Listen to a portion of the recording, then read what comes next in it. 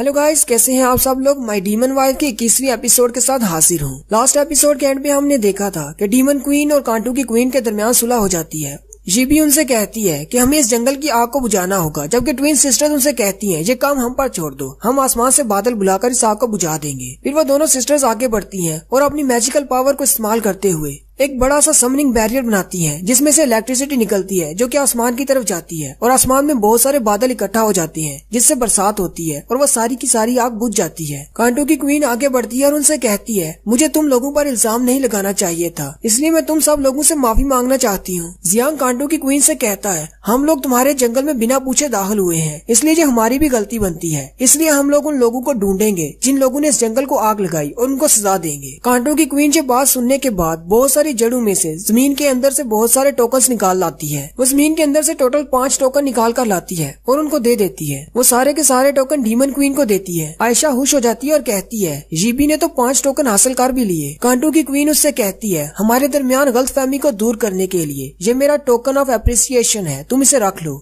Pastel Claus के दोनों बच्चे दोनों बहनों को हील कर रहे होते हैं। जीबी उनकी तरफ जाती है। क्वीन अपने पास से 2 टोकन निकालती है और उन दोनों बहनों को दे देती है और कहती है तुम लोगों ने आग बुझाने में बहुत ज्यादा मेहनत की है, इसलिए जो 2 टोकन तुम रख लो। ट्विन सिस्टर्स उससे कहती हैं तुम्हारा शुक्रिया, लेकिन हम ये नहीं रख सकते क्योंकि हम इस कंपटीशन से बाहर जा रहे हैं। क्वीन उनसे कहती है क्या तुम लोग हमारे साथ आगे नहीं जा रहे। ट्विन सिस्टर्स उसे कहती हैं हाँ, हम लोगों की बाउंड्री फोर्स खत्म हो चुकी है, इसलिए हम लोग आगे नहीं बढ़ पाएंगे। पेस्टल क्लॉस वाले बच्चे जीबी से कहते हैं हम लोग ये टोकन रख सकते हैं अगर तुम इन्हें फेंक नहीं चाहती हो तो। क्वीन वो दोनों टोकन उन दोनों को दे देती है। लड़का उस लड़की से कहता है सिस्टर चलो हम दोनों एक एक रख लेते हैं, जबकि जियांग उनको देखकर हैरान हो रहा होता है और कहता है ये दोनों किसी भी एंगल से सिस्टर ब्रदर नहीं लगते। उसी वक्त ट्विन सिस्टर्स उनसे कहती हैं हमारे पास भी एक टोकन है, तुम लोग ये भी रख सकते हो। वो दोनों एक दूसरे का हाथ पकड़ लेते हैं और खुश हो जाते हैं और कहते हैं इस तरह तो हमारे पास 3 टोकन हो जाएंगे और हम इनसे आगे निकल जाएंगे। जियांग चिल्लाकर उनसे कहता है अब बस भी करो, तुम दोनों सिस्टर ब्रदर नहीं हो। एली फिर से पंप अप हो जाता है और कहता है चलो फिर नेक्स्ट राउंड में चलते हैं। उनके वहाँ से जाने के बाद कांटू की क्वीन डीमन क्वीन से कहती है मास्टर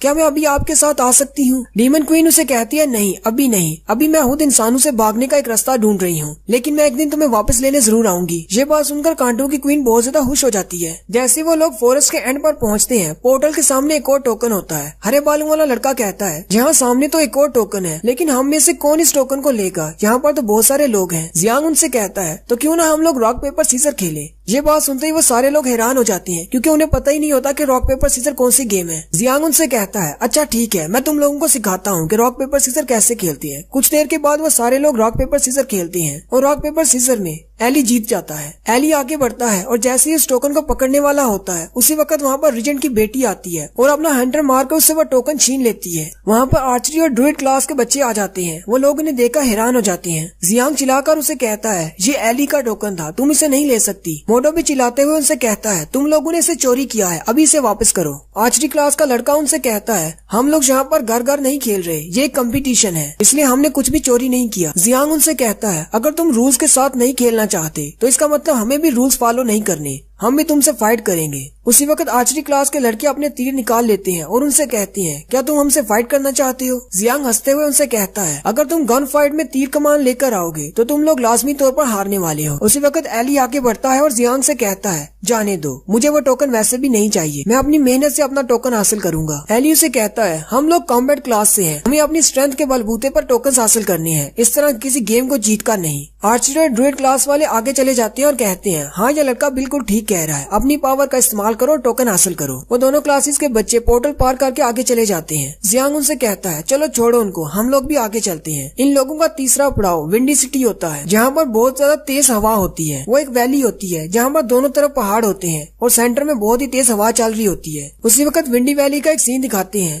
जहाँ पर पत्थर के बड़े बड़े मॉन्स्टर्स बुरी और उसकी टीम के साथ लड़ रहे होते हैं। वहाँ पर इतनी ज्यादा तेज हवा होती है कि बुरी अपने पाँव पर खड़ा नहीं हो पा रहा होता। बुरी कहता है कि ऐसी तेज हवा में इन मॉन्स्टर्स के साथ फाइट करना बहुत ज्यादा मुश्किल होता जा रहा है। बुरी की क्लास के कुछ बच्चे हवा की वजह से उड़कर पीछे गिर जाते हैं और कहते हैं हम इनको नहीं हरा सकते और हम ना ही आगे बढ़ सकते हैं। बुश उनसे कहता है हमें अपनी सारी बाउंड्री फोर्स इस्तेमाल करना होगी ताकि हम इनको हरा सकें।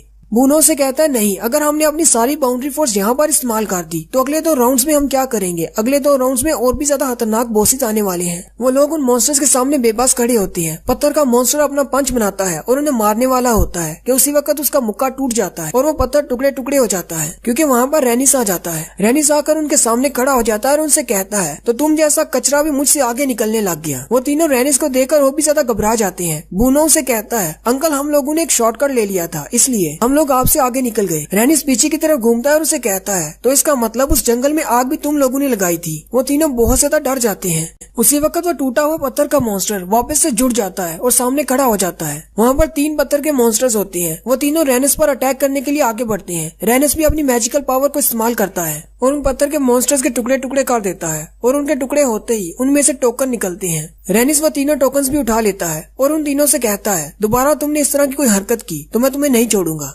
और फिर रेनिस आगे चला जाता है। जियांग और उसकी टीम भी वहाँ पर आ जाती है। हवा बहुत ज्यादा तेज होती है, वो चल नहीं पा रहे होते, जबकि आर्चरी और ड्यूएट क्लास वाले भी उनके सामने ही होते हैं। जियांग कहता है यहाँ पर तो हवा इतनी ज्यादा तेज है कि मुझसे तो चला भी नहीं जा रहा। आयशा उनसे कहती है साल के इस वक्त यहाँ पर हवा बहुत ज्यादा तेज होती है और क्योंकि आसपास दोनों दीवारें हैं इन पहाड़ों की वजह से, इसलिए हवा और भी ज्यादा तेज रफ्तार से बहती है। वहीं पर चलते हुए एली के पैर के नीचे एक फॉर्मेशन ओपन होती है, वो एक ट्रैप होता है। आयशा उससे कहती है तुमने तो एक ट्रैप को एक्टिवेट कर दिया है। उसी वक्त सामने से बड़े बड़े पत्थर गिरना शुरू हो जाते हैं। आर्चरी क्लास का वो लड़का या फिर लड़की है, पता नहीं, समझ नहीं आ रही, वो एक तीर चलाता है और उस बड़े से पत्थर को तोड़ देता है। आयशा भी अपनी आइस क्रिस्टल्स को इस्तेमाल करती है और अपने ऊपर गिरने वाले पत्थरों को तोड़ देती है, जबकि वहीं एली की क्लास के लड़के भी ऊपर की तरफ जंप करते हैं और उन पत्थरों को पंच मारते हुए तोड़ देते हैं। एली भी अपनी फायर फिस्ट का इस्तेमाल करता है और एक बड़े से गिरने वाले पत्थर को तोड़ देता है। फिर वही गिरने वाले पत्थर जो कि अब छोटे टुकड़ों में तब्दील हो जाते हैं, वो सारे इकट्ठे होकर बड़े बड़े पत्थर के मॉन्स्टर्स बन जाते हैं। जियांग उन्हें देखकर बहुत ज्यादा घबरा जाता है और कहता है यहाँ पर इतनी तेज हवा है, हमें इनसे भी फाइट करना होगी। एली आगे बढ़ता है और जियांग से कहता है तुम्हें आगे बढ़ने की जरूरत नहीं, तुमने पानी में मेरी क्लास वालों की मदद की थी, इसलिए यहाँ पर मैं तुम्हारी मदद करूंगा। एली आगे बढ़ता है और अपनी फायर फिस्ट टेक्निक को इस्तेमाल करता है। उसके दोनों बाजुओं पर आग लग जाती है। सामने से वो बड़े पत्थर के मॉन्स्टर भी उसकी तरफ पंचेस करते हैं और ये भी अपने दोनों हाथों से पंच मारता है और उन दोनों मॉन्स्टर्स को पीछे की तरफ धकेल देता है। आयशा ये देखकर बहुत ज्यादा हैरान हो जाती है और कहती है एली तो बहुत ज्यादा स्ट्रॉन्ग है, इसने 2 स्टोन गोलम्स को पीछे की तरफ धकेल दिया, वो भी अकेले। जबकि शेफ क्लास का लड़का भी कहता है ये तो मुझसे भी ज्यादा स्ट्रॉन्ग है। एली अपनी फुल पावर को इस्तेमाल करते हुए उन दोनों पत्थरों के मॉन्स्टर्स को तोड़ देता है, लेकिन थोड़ी ही देर के बाद वो सारे पत्थर फिर से जुड़ जाते हैं और फिर से पत्थर के मॉन्स्टर बन जाते हैं। लेकिन इस बार वो पत्थर वापस जुड़ने के बाद एक बड़ा सा मॉन्स्टर बन जाते हैं। दोनों गोलम्स एक गोलम बन जाते हैं और इस बार पत्थर का मॉन्स्टर पहले से भी बहुत बड़ा होता है।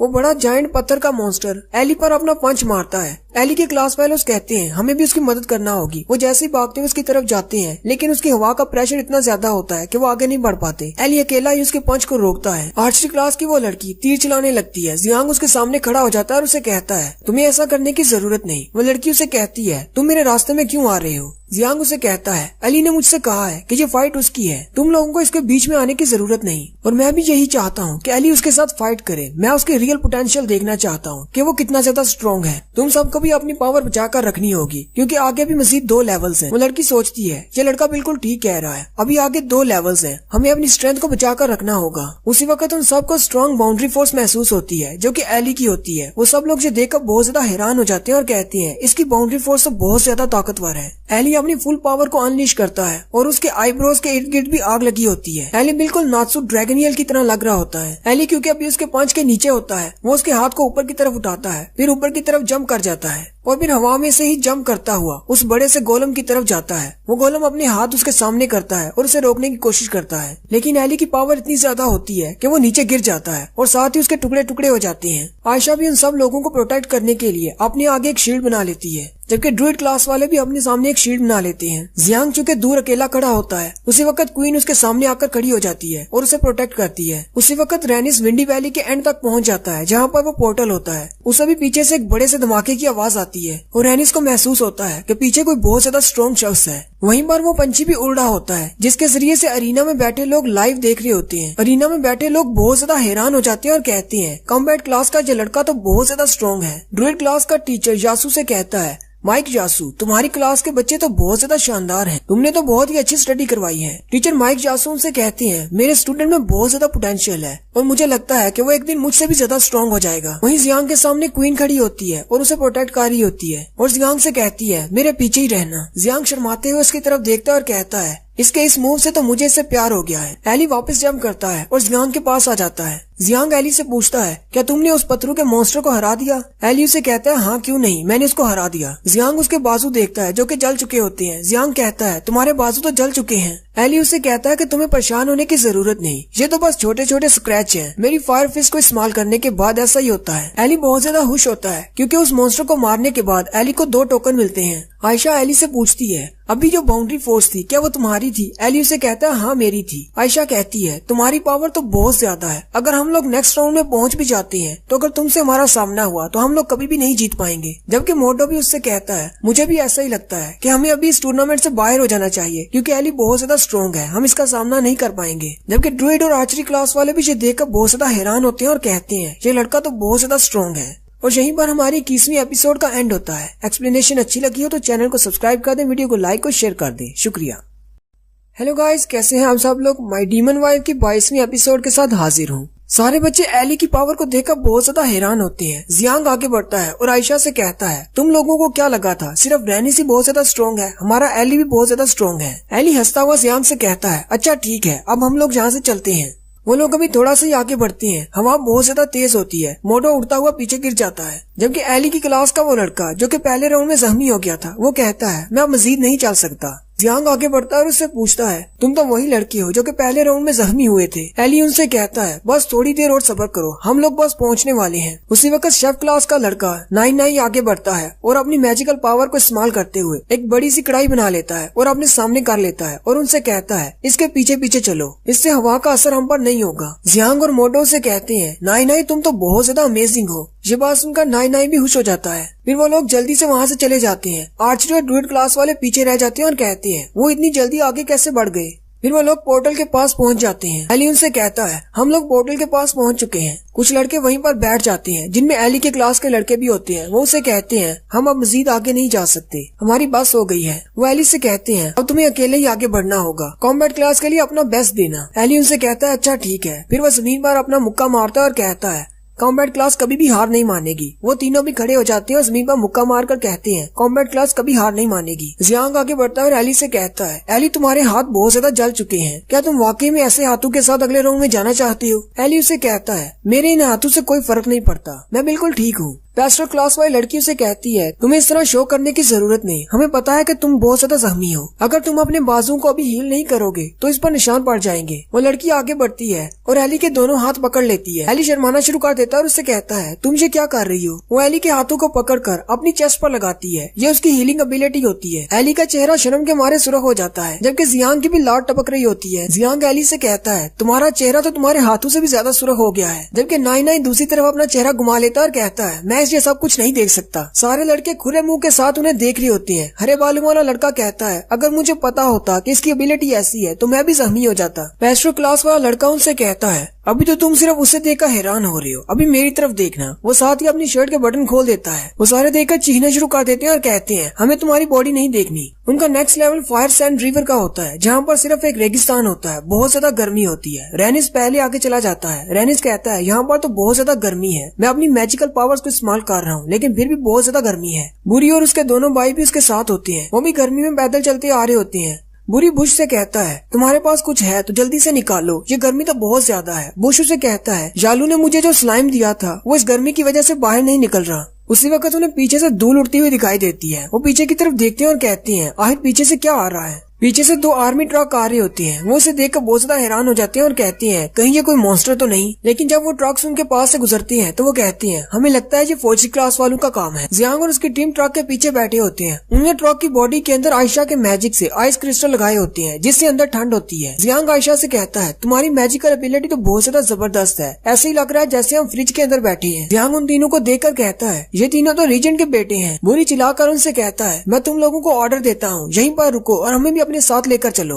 जियांग एक्टिंग करता है और कहता है, ये लाल टमाटर क्या अभी बोल रहा था। ट्रक के अंदर बैठे सारे लड़के हंसना शुरू कर देते हैं और कहते हैं, प्रिंस को यहाँ पर भी अपनी प्रिंसगिरी सूझ रही है। प्रिंस चिल्लाकर उसे कहता है, क्या कहा तुमने? जबकि अरीना में भी सारे लोग ये बात सुनकर हंस रहे होते हैं कि प्रिंस बेचारे के साथ क्या हो रही है। ग्राउंड में बैठे दो बच्चे तज्जिया कर रहे होते हैं। एक दूसरे से कहता है, ये लोग बार बार अपनी नई इन्वेंशन इस्तेमाल करते हैं, कहीं ये रूल्स को तोड़ तो नहीं रहे। दूसरा कहता है, नहीं, मैजिक क्लास वाले मैजिक इस्तेमाल करते हैं, जबकि तलवारबाजी वाले तलवार का इस्तेमाल करते हैं, इससे रूल्स नहीं टूटते। जियांग उनसे कहता है, हम लोग आगे जा रहे हैं, तुम लोग पैदल चलते आ जाना। उसी वक्त बुश अपने पास से एक स्लाइम निकालता है और उनके ट्रक पर चिपका देता है। बुरी बुश से पूछता है, तुमने अभी उनके ट्रक पर क्या फेंका? बुश उसे कहता है, मैंने बस अपना एक छोटा सा स्लाइम फेंका है, हमें साथ न ले जाने के लिए उनकी सजा है। जबकि उसी वक्त दूसरा सीन दिखाते हैं जहाँ पर आर्चरी और ड्यूएट क्लास वाले लड़के होते हैं जो कि बहुत ज्यादा जख्मी होते हैं। वो भी सैंड रिवर के मॉन्स्टर्स के साथ लड़ रहे होते हैं। आर्चरी क्लास की लड़की कहती है, आखिर ये लड़की आर्चरी क्लास में है तो फिर ये तीरंदाजी क्यों नहीं कर रही, उसके बजाय ये हंटर क्यों इस्तेमाल कर रही है। यहाँ पे वो रीजन की बेटी की बात कर रही होती है। रीजन की बेटी के हाथ में एक हंटर होता है और उसने बहुत सारे क्रैब मॉन्स्टर्स को मार दिया होता है। नेक्स्ट सीन 5वें लेवल का होता है जहाँ पर जियांग और उसकी टीम पहुँच जाती है। वहाँ पर हर तरफ बर्फ ही बर्फ होती है। हरे बालों वाला लड़का बहुत ज्यादा खुश होता है क्योंकि उसके हाथ में एक टोकन होता है। आयशा के पास भी एक टोकन होता है। वो दोनों बहुत ज्यादा खुश होते हैं। जबकि जियांग और उसकी क्लास वाले बाउंड्री फोर्स ना होने की वजह से बर्फ से बहुत ज्यादा कांप रहे होते हैं। जियांग उनके लिए कोट बनाता है और वो सारे वो कोट पहन लेती हैं। जियांग उनसे कहता है, हमारे पास बाउंड्री फोर्स ना होने की वजह से हमें बहुत ज्यादा ठंड लग रही है, इसीलिए मैंने ये कोट बनाए हैं। मोडो उसे कहता है, ये तो अच्छा हुआ कि हम लोग ने कोट बना लिए। मोडो साथ ही उसे कहता है, जल्दी से एक हेलीकॉप्टर बनाओ ताकि हम लोग यहाँ से जल्दी से निकल सके, वरना हम जमकर मर जाएंगे। जियांग अपने स्क्रोल से एक बड़ा सा पत्थर निकालता है और उसके ऊपर हेलीकॉप्टर की पिक्चर बनाता है। हेलीकॉप्टर को देखकर वो सारे लोग बहुत ज्यादा खुश हो जाते हैं और कहते हैं, आखिर ये है क्या चीज, ये तो बहुत ज्यादा अमेजिंग लग रही है। हेलीकॉप्टर की सीढ़ियाँ नीचे करते हैं। जियांग सबसे कहता है, जल्दी से ऊपर चढ़ जाओ। जबकि नाई हेलीकॉप्टर में नहीं बैठता।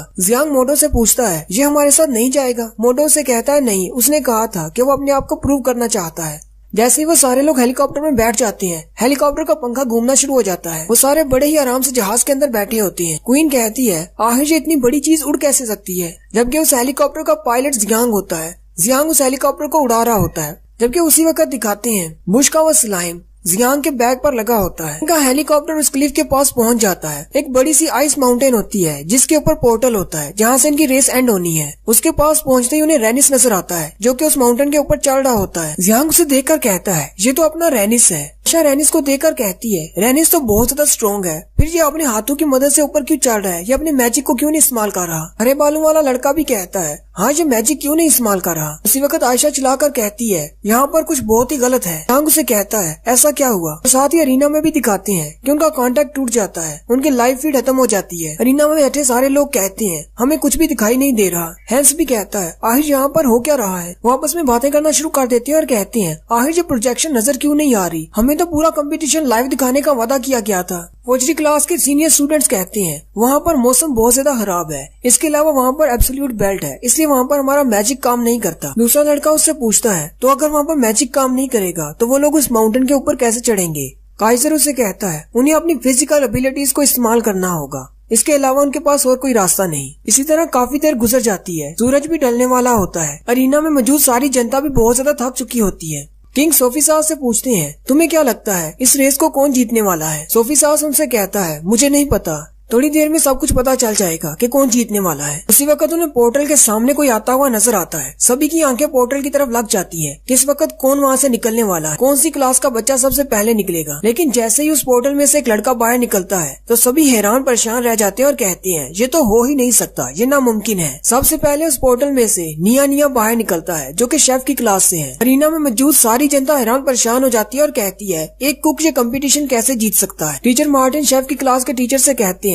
तुमने अपने स्टूडेंट को बहुत ही अच्छा पढ़ाया है। शेफ टीचर हंसते हुए उसे कहते हैं, तुम्हारा शुक्रिया। निया जैसे ही वहाँ से निकलकर बाहर आता है, उसकी जेब में से अपने आप टोकन निकलकर हवा में उड़ना शुरू हो जाते हैं। ऑटोमेटिकली उन टोकन्स को काउंट किया जाता है जिससे निया के टोटल 30 पॉइंट्स बनते हैं। मैजिक क्लास की टीचर उसे देखकर कहती है, 30 पॉइंट्स इतने भी बुरे नहीं। साथ ही वो ये सोच रही होती है, आखिर रेनिस कहाँ पर रह गया? वो इन सबसे ज्यादा स्ट्रॉन्ग था, उसे पहले पर आना चाहिए था। निया के बाद दूसरे नंबर पर जो उस पोर्टल में से निकलता है वो हमारा एली होता है। एली को देखकर जनता फिर से हैरान हो जाती है और कहती है, ये तो कॉम्बैट क्लास का स्टूडेंट है। एली के पास टोटल 4 टोकन होते हैं, इसलिए उसके 40 पॉइंट्स बनते हैं। अरीना में बैठे लोग बातें करना शुरू कर देते हैं। एक कहता है मुझे लगता है शायद यही इस बार चैंपियन बनेगा। दूसरा कहता है हाँ मुझे भी ऐसा ही लगता है। जबकि लड़कियां भी बहुत ज्यादा खुश हो जाती हैं और कहती हैं एली इतना भी बुरा नहीं, ये तो बहुत ज्यादा हैंडसम है। तीसरे नंबर में पोर्टल में से रेनिस निकलता है। रेनिस को देखकर लड़कियां बहुत ज्यादा शोर मचाना शुरू कर देती हैं और कहती हैं ये तो बहुत ज्यादा हॉट है। पेस्ट्रो क्लास की टीचर ड्रोना से कहती है चाहे ये तीसरे नंबर पर आया है लेकिन लड़कियां अभी भी सिर्फ पसंद करती हैं। जैसे ही रेनिस के पास से उसके टोकन निकलते हैं तो वो पूरे 10 होते हैं। रेनिस को पूरे 100 पॉइंट्स मिलते हैं। अरीना में बैठी सारी जनता फिर से हैरान हो जाती है और वो कहते हैं इसके पास तो पूरे 100 पॉइंट्स है,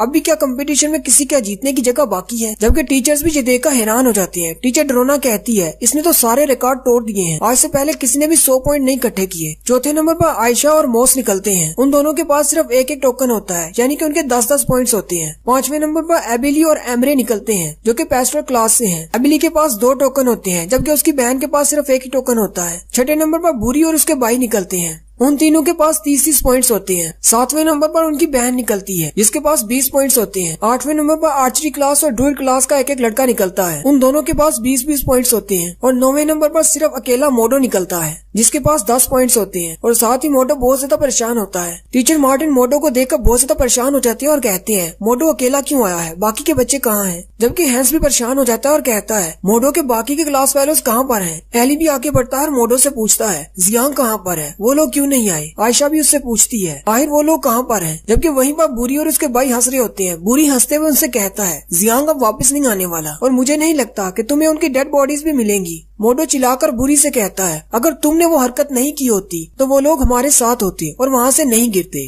और यहीं पर हमारी 22वीं एपिसोड का एंड होता है। एक्सप्लेनेशन अच्छी लगी हो तो कमेंट करके जरूर बताएं। चैनल को सब्सक्राइब कर दें, वीडियो को लाइक और शेयर कर दें। शुक्रिया।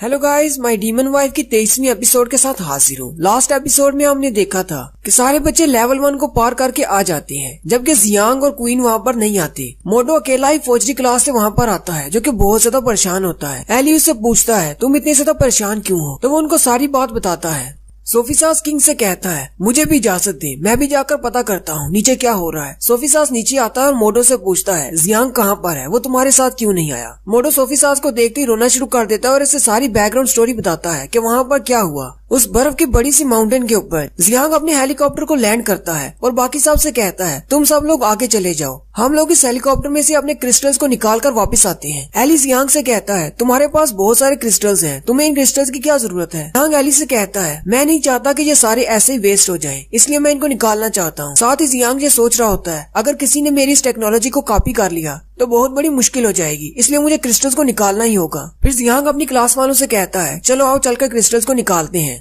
उसी वक्त उनके सर के ऊपर से स्लाइम का बना हुआ एक बड़ा सा पंछी उड़ता हुआ गुजरता है। उस पंछी के ऊपर तीनों प्रिंस बैठे होते हैं। उनके ऊपर से गुजरते हुए बुरी उनको देखकर हंसना शुरू कर देता है। जियांग उसकी तरफ देखता है और कहता है आखिर तुम लोग क्या करने वाले हो। उसी वक्त जियांग के बैग में से वो छोटा सा स्लाइम का टुकड़ा जो कि बुशी ने उसके ऊपर फेंका था वो बाहर निकल आता है और जंप करके सीधा बुश के हाथ में चला जाता है। बुशी जियांग से कहता है मैं तुम्हारा शुक्रिया अदा करना चाहता हूँ क्योंकि तुमने हमें अपने टोकन दे दिए। जियांग से देखकर चिल्लाना शुरू कर देता है और कहता है मेरे सारे टोकन तुम्हारे पास कैसे चले गए, ये चीज तुमने हम पर कब छोड़ी। मोटो भी चिल्लाकर उससे कहता है ये बहुत ही बुरी बात है, हमें हमारे टोकन वापस दे दो। बुशी उसे कहता है हमने तुमसे तुम्हारे टोकन छीन लिए, अब तुम क्या कर सकते हो, तुम्हें अपने टोकन की खुद हिफाजत करना चाहिए थी। उसी वक्त एली आगे बढ़ता है और अपने पॉइंट से उन पर अटैक करता है, लेकिन बुशी अपने स्लाइम से उसके सामने एक शील्ड बना लेता है और हंसते हुए एली से कहता है एली तुम्हारे पंचेस में तो जरा भी दम नहीं।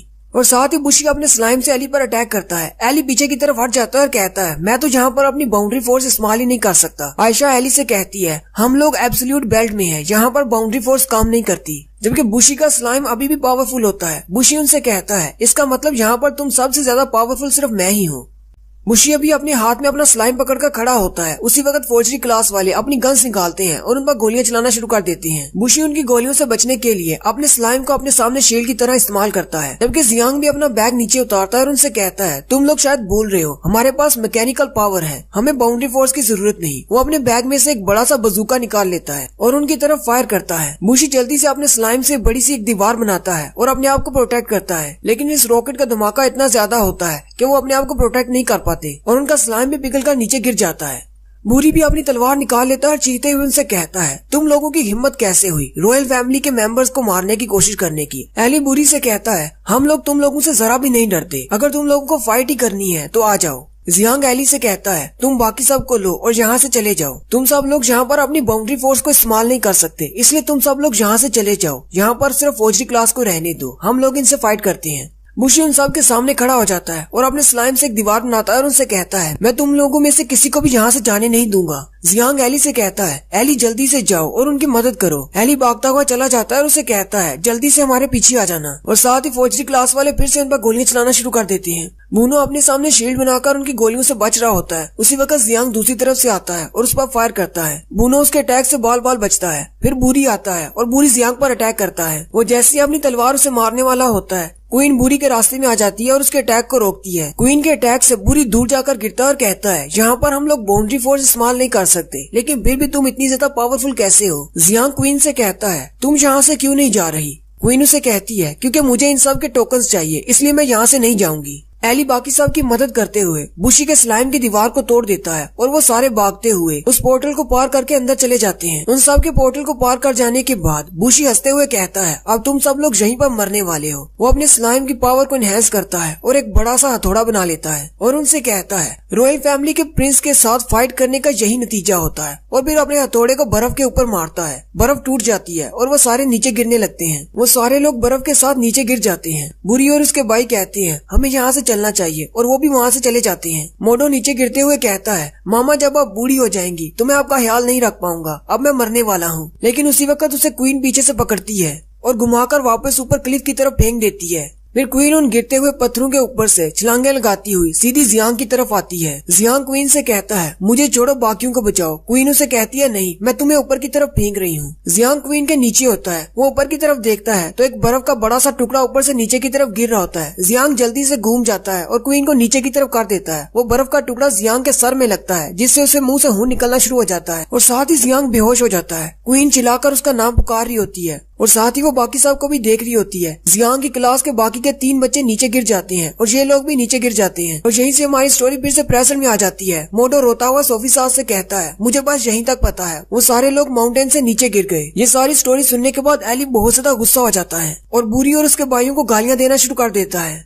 टीचर मार्टिन भी सोच रहे होते हैं कहीं मेरे प्यारे स्टूडेंट्स के साथ कुछ हो तो नहीं गया। एली अपनी फायर फिस्ट को रेडी करता है और बुरी और उसके भाइयों पर हमला करने के लिए आगे बढ़ता है उसी वक्त सोफी सास उसके सामने आ जाता है और उसे रोक देता है। कंपटीशन के बाहर तुम एक दूसरे से फाइट नहीं कर सकते, इस तरह करोगे तो तुम एलिमिनेट हो जाओगे। अगर तुम डिस्क्वालीफाई होना चाहते हो तो जाओ उन पर अटैक करो। एली सोफी सास से कहता है ये टूर्नामेंट मेरे दोस्तों से ज्यादा अहम नहीं हो सकता। उसी वक्त आयशा उनसे कहती है पोर्टल में से कोई बाहर निकल रहा है, उस तरफ देखो।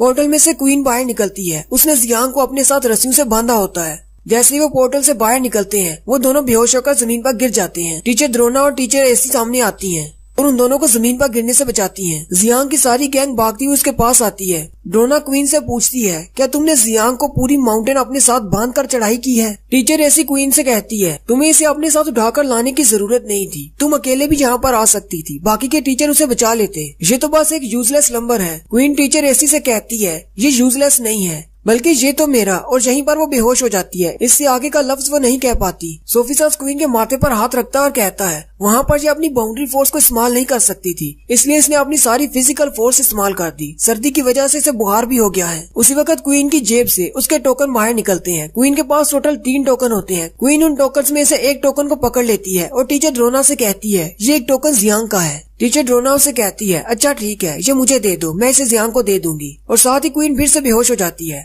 और इसी के साथ बॉम्बू बचते हैं और टूर्नामेंट का लेवल 1 कंप्लीट हो जाता है। सोफी सास मैदान में आता है और उन सबको रिजल्ट्स के बारे में बताता है कि कौन सा बच्चा फर्स्ट आया है। सोफी सास कहता है 16 बच्चे अगले राउंड में जाएंगे। लेवल 1 में रेनिस 100 पॉइंट्स के साथ पहले नंबर पर आता है। सेकंड प्लेस पर एली आता है जिसके पास 40 पॉइंट होते हैं। तीसरे नंबर पर निया आता है जिसके पास 30 पॉइंट्स होते हैं। दूसरी तरफ मेडिकल टीम क्वीन और जियांग को स्ट्रेचर्स पर उठाकर ले जा रही होती है। वहीं पर जियांग को थोड़ी सी होश आती है। वो जीबी की तरफ देखता है और साथ ही फिर से बेहोश हो जाता है और अपने सपने के अंदर चला जाता है। वो अपने सपने के अंदर एक रेगिस्तान के अंदर होता है। वो बेचारा वहाँ पर अकेले चलता हुआ जा रहा होता है। गर्मी बहुत ज्यादा होती है और उसे शदीद प्यास लगी होती है। जियांग वहीं रेगिस्तान में गिर जाता है और कहता है काश मेरे पास यहाँ पर कोला की एक ड्रिंक होती, काश इसी वक्त मेरे सामने कोला का एक ठंडा गिलास आ जाए। उसी वक्त उसके सामने कोला का एक ठंडा ग्लास आ जाता है जिसके अंदर पाइप भी लगा होता है और वह ग्लास क्वीन के हाथ में होता है जिसने बिकनी पहनी होती है। जियांग उसे देखकर जल्दी से खड़ा हो जाता है और उसे कहता है, तुम यहाँ पर क्या कर रही हो और तुमने ऐसे कपड़े क्यों पहने हैं? क्वीन उसे कहती है, तुम तो बेवकूफ हो, हम लोग बीच पर जाने वाले हैं, बीच पर ऐसे ही कपड़े पहनते हैं। जियांग शर्माते हुए उसे कहता है, बीच? लेकिन यहाँ पर बीच कैसे आएगा? क्वीन जियांग का हाथ पकड़ती है और उसे कहती है, मेरे साथ आओ, बाकी सब टीचर्स भी वहीं पर हैं। वो जियांग को दूसरी तरफ लेकर जाती है। वहीं पर बीच होता है जहाँ पर सारी टीचर्स बिकनी पहनकर बैठी होती। उन सारी लड़कियों को देखकर जियांग की नाक से खून बहना शुरू हो जाता है और कहता है, ये कैसे हो सकता है? क्वीन जियांग के साथ आकर चिपक जाती है और उसे कहती है, चलो जल्दी करो, हम दोनों इकट्ठे स्विम करते हैं। जियांग की नाक से खून के फव्वारे निकलना शुरू हो जाते हैं। जियांग अपनी नाक पर हाथ रखकर खून को रोकता है। वो बाकी की सारी टीचर्स भी भागती है उसके पास आती है और कहती है, हमें भी तुम्हारे साथ स्विमिंग करनी है, चलो आओ हमारे साथ स्विम करो। जियांग वहीं जमीन पर गिर जाता है। वो सारी उसको इर्द गिर्द से कवर कर लेती है और कहती है, जियांग जल्दी करो, जियांग हमारे साथ नहाओ। जियांग चिल्लाना शुरू कर देता है और उनसे कहता है, मुझसे दूर रहो। इसी दौरान वो अपने हाथ पैर भी चला रहा होता है, लेकिन जैसे ही उसकी आंख खुलती है तो वो हॉस्पिटल के बिस्तर पर पड़ा होता है, जबकि उसके सामने टीचर मार्टिन और उसकी क्लास के बच्चे होते हैं। टीचर मार्टिन जियांग से कहते हैं, क्या तुमने कोई बुरा सपना देखा? टीचर मार्टिन के चेहरे पर जियांग के पैर का निशान होता है, क्योंकि चिल्लाते हुए जियांग ने टीचर मार्टिन के चेहरे पर किक मारी होती है। जियांग टीचर से पूछता है, टीचर आपके चेहरे पर क्या हुआ? टीचर उसे कहती है, कोई बात नहीं, मैं इस पर कोई बम लगा लूंगा। जियांग सर पर हाथ रखता है और कहता है, किसने सोचा था कि इतनी खूबसूरत लड़कियों का सपना देखकर भी मैं डर जाऊंगा। और यहीं पर हमारी 23वीं एपिसोड का एंड होता है। एक्सप्लेनेशन अच्छी लगी हो तो कमेंट करके जरूर बताएं। चैनल को सब्सक्राइब कर दें, वीडियो को लाइक और शेयर कर दें। शुक्रिया। माय डीमन वाइफ की 24वीं एपिसोड के साथ लास्ट एपिसोड में हमने देखा था कि जियांग को होश आ जाती है। जियांग होश आने के बाद उनसे जीबी के बारे में पूछता है, यानी कि क्वीन के बारे में पूछता है। मोडो जियांग को बताता है, जब तुम बेहोश थे तो एली और दूसरे क्लास फेलोज भी तुमसे मिलने के लिए आए थे, लेकिन उन्हें ट्रेनिंग करनी है क्योंकि राउंड 2 शुरू होने वाला है, इसलिए वो सारे वापस चले गए। जियांग उनसे कहता है, वो सारे अभी मरते मरते बचे हैं और फिर से वो ट्रेनिंग कर रहे हैं ताकि नेक्स्ट राउंड में भी कम्पीट कर सके। जियांग अपनी क्लास वालों से पूछता है, तुम लोग भी तो क्लिफ से नीचे गिरे थे, फिर तुम लोग सही सलामत कैसे हो? तुम्हें क्या हुआ? जियांग का क्लास फेलो से कहता है, मुझे ठीक से याद नहीं, हम लोग वहाँ से नीचे गिरे थे, बस हमें इतना याद है कि हमारे हाथ पर कुछ चीज चमक रही थी और उसके बाद हम लोग यहाँ पर आ गए। दूसरा क्लास फेलो से कहता है, हाँ मुझे भी याद है, मेरे हाथ पर भी एक मैजिक मार्क था, उसके बाद हम लोग यहाँ पर ट्रांसफर हो गए। जियांग कहता है, तो इसका मतलब हमने जो रजिस्ट्रेशन साइन की थी वो असल में हमारी सेफ्टी थी, अगर कंपटीशन के दौरान हमें कुछ हो जाता है तो वो लोग हमें बचा लेंगे। जियांग उनसे पूछता है, अच्छा मुझे ये बताओ, हमारी क्लास से कौन से बच्चे नेक्स्ट राउंड में जा रहे हैं? वो उसे कहते हैं, सिर्फ तुम और मोडो। मोडो उससे कहता है, जीबी ने मुझे वापस माउंटेन पर फेंक दिया था, इसलिए मैं तुम लोगों से पहले वहाँ पर आ गया, और इसके अलावा जीबी ही तुम्हें पोर्टल से पार उठाकर लाई थी और उसने तुम्हें अपना टोकन भी दे दिया, इसलिए तुम भी पास हो गए। जियांग उनसे फिर से पूछता है, जीबी कहाँ पर है और वो कैसी है? टीचर मार्टिन उसे कहते हैं, वो बिल्कुल ठीक है, वो इस वक्त सोफी सास के घर पर है और उसके साथ तलवारबाजी की ट्रेनिंग कर रही है। उसी वक्त बाहर का सीन दिखाते हैं। क्वीन और सोफी सास दोनों ट्रेनिंग कर रहे होते हैं। सोफी सास जीबी की तारीफ करता है और उसे कहता है, टीचर द्रोना ने तुम्हें बहुत ही अच्छे से ट्रेन किया है। उसी वक्त वहाँ पर जियांग आ जाता है और जीबी से कहता है, तुम्हें अपने आप पर इतना ज्यादा जोर नहीं देना चाहिए, तुम अभी अभी रिकवर हुई हो। जीबी उसकी बात का कोई भी जवाब नहीं देती। जियांग फिर से उससे कहता है, तुम कल कंपटीशन में हिस्सा नहीं ले सकती, तुम जख्मी हो। और साथ ही जियांग उसे कहता है, मैंने ये बात भी सुनी है कि तुम मुझे उठाकर ऊपर तक लाई थी। क्वीन उसके पास से दूसरी तरफ चली जाती है और उसे कहती है, कोई भी गलत बात मत सोचना, मैं तुम्हें सिर्फ इसीलिए उठाकर ऊपर लाई थी ताकि मेरा एक दुश्मन कम हो जाए, कंपटीशन में तुम मेरे साथ रहोगे। जबकि सोफी सास और अलीना दोनों दूर खड़े ये देख रही होती हैं। जियांग उनको देखकर हंसना शुरू कर देता है। जियांग क्वीन से कहता है, अगली बार हम दोनों जब कंपटीशन में मिलेंगे तो हम दोनों हस्बैंड वाइफ नहीं होंगे, मैं पूरी तरह से तुम्हारा मुकाबला करूंगा। क्वीन उसे कहती है, हाँ मैं देख लूंगी, तुम ट्राई करके देख लो। जियांग को उसकी बात सुनकर बहुत गुस्सा आता है और कहता है, अब इसको क्या हो गया, मैंने इसको क्या कह दिया? सोफी सास आके बढ़ता है और जियांग से कहता है, तुम्हें टेंशन लेने की जरूरत नहीं, तुम दोनों में से जो भी जीते कब तो एक ही घर में आने वाला है। जियांग उसे कहता है, हाँ ठीक है, लेकिन उसका एटीट्यूड मेरे साथ बिल्कुल भी ठीक नहीं। सोफी सास जियांग से कहता है, तुम्हें भी जाकर प्रैक्टिस करना चाहिए क्योंकि कल कंपटीशन में तुम्हारा मुकाबला तीनों प्रिंस के साथ है। जियांग चिल्लाना शुरू कर देता है और उसे कहता है, मेरा मुकाबला, वो भी पहले नंबर पर, ये कैसे हो गया? सोफी सास उसे कहता है, ये किसी ने जानबूझकर नहीं किया, बल्कि ये सब कुछ रैंडम हुआ है। अब तुम्हारी किस्मत में प्रिंस के साथ लड़ना ही लिखा था, क्योंकि तुम और जीबी दोनों बीमार थे और तुम्हें हॉस्पिटल ले जाया गया, इसलिए तुम्हें इस बारे में पता नहीं है। जियांग कहता है, ठीक है, कोई बात नहीं, पिछली बार उन्होंने मुझे बहुत ही बुरी तरह पीटा था, लेकिन इस बार वो जरूर हार मानेंगे। अगले दिन फिर से सीन अरीना का होता है। सारी जनता मैच देखने के लिए वहाँ पर आ जाती है। हैंस बहुत ज्यादा खुश होता है और कहता है, मुझे तो यकीन नहीं हो रहा, इस साल हमारी क्लास के भी अभी 2 बच्चे नेक्स्ट राउंड तक पहुंच गए हैं। उसके साथ बैठा लड़का उसे कहता है जियांग ने नई ड्राइंग्स बनाई है इस मुकाबले को जीतने के लिए। वहीं पर दिखाते हैं कि मोटो बहुत ज्यादा परेशान होता है और कहता है मैं क्या करूंगा, मुझे तो फाइटिंग आती नहीं। मुझे नहीं लगा था कि मैं फर्स्ट राउंड को भी कंप्लीट कर पाऊंगा, लेकिन अब जबकि मैं सेकंड राउंड में पहुंच चुका हूँ, अब मुझे किसी के साथ फाइट करना पड़ेगी। जियांग उसे कहता है रिलैक्स हो जाओ, ऐसे करने से तुम जीतने नहीं वाले। जियांग के हाथ में उनके मैचों की लिस्ट होती है। जियांग कहता है हम तीनों का मुकाबला तीनों प्रिंस के साथ होने वाला है। मोटो जियांग से पूछता है लास्ट टाइम उसने तुम्हें बहुत ही बुरी तरह पीटा था, तुम्हें लगता है कि तुम बुशी को हरा पाओगे? जियांग बहुत ज्यादा कॉन्फिडेंट होता है और उसे कहता है मेरे पास एक नया तरीका है, मुझे लगता है कि मैं तीनों में से किसी को भी हरा सकता हूँ, इसलिए तो मैंने मैच से पहले ही बहुत सारी तैयारी कर रखी है। अब बस सब लोगों को देखना है कि कैसे मैं उस प्रिंस को पीटता हूँ। कंपटीशन में हिस्सा लेने वाले सारे बच्चे ऊपर स्टेज पर खड़े हो जाते हैं। मोटो भी उनके साथ ऊपर चला जाता है। एली उसे कहता है जियांग बहुत ज्यादा टैलेंटेड है, मुझे लगता है कि वो फर्स्ट राउंड बहुत ही आसानी से जीत जाएगा। जबकि क्वीन भी वहीं पर खड़ी देख रही होती है। बुशी और बूनो भी वहीं पर होते हैं। एरिना के सेंटर में सोफी सास आता है और सेकंड राउंड के शुरू करने का ऐलान करता है। वो दोनों कम्पिटिटर्स को बुलाता है। सबसे पहले वो बुशी को बुलाता है और दूसरे नंबर पर वो जियांग को बुलाता है जो कि फोर्जरी क्लास से है। एली उसे देखकर कहता है जियांग तो बहुत ज्यादा अजीब लग रहा है, उसने अपने लुक्स चेंज किए हैं। आयशा भी ये देखकर कहती है क्या उसने अपनी बैग पर एक तलवार रखी हुई है? बुशी जियांग से कहता है बच्चे तुमने जहाँ तक पहुँचने के लिए बहुत मेहनत की है, पिछली बार तुम मरते मरते बचे हो लेकिन इस बार नहीं बचोगे। जियांग ने अपनी बैग पर एक बड़ा सा पेन रखा होता है, वो उसे निकालता है और उसे कहता है चलो देखते हैं फाइट के एंड पर कौन हंसता है। और उसी के साथ सोफी सास उन दोनों के दरमियान फाइट स्टार्ट करवा देता है। फाइट स्टार्ट होते ही बुशी अपने पास से स्लाइम निकालता है और जियांग की तरफ फेंकता है। जियांग अपने पेन को जमीन पर मारता है जिससे मिट्टी उसके सामने खड़ी हो जाती है और एक दीवार बन जाती है। बुशी के स्लाइम इतने ज्यादा पावरफुल होते हैं कि वो उस दीवार को तोड़ते हुए पार चले जाते हैं। वहीं पर एक जोरदार धमाका होता है।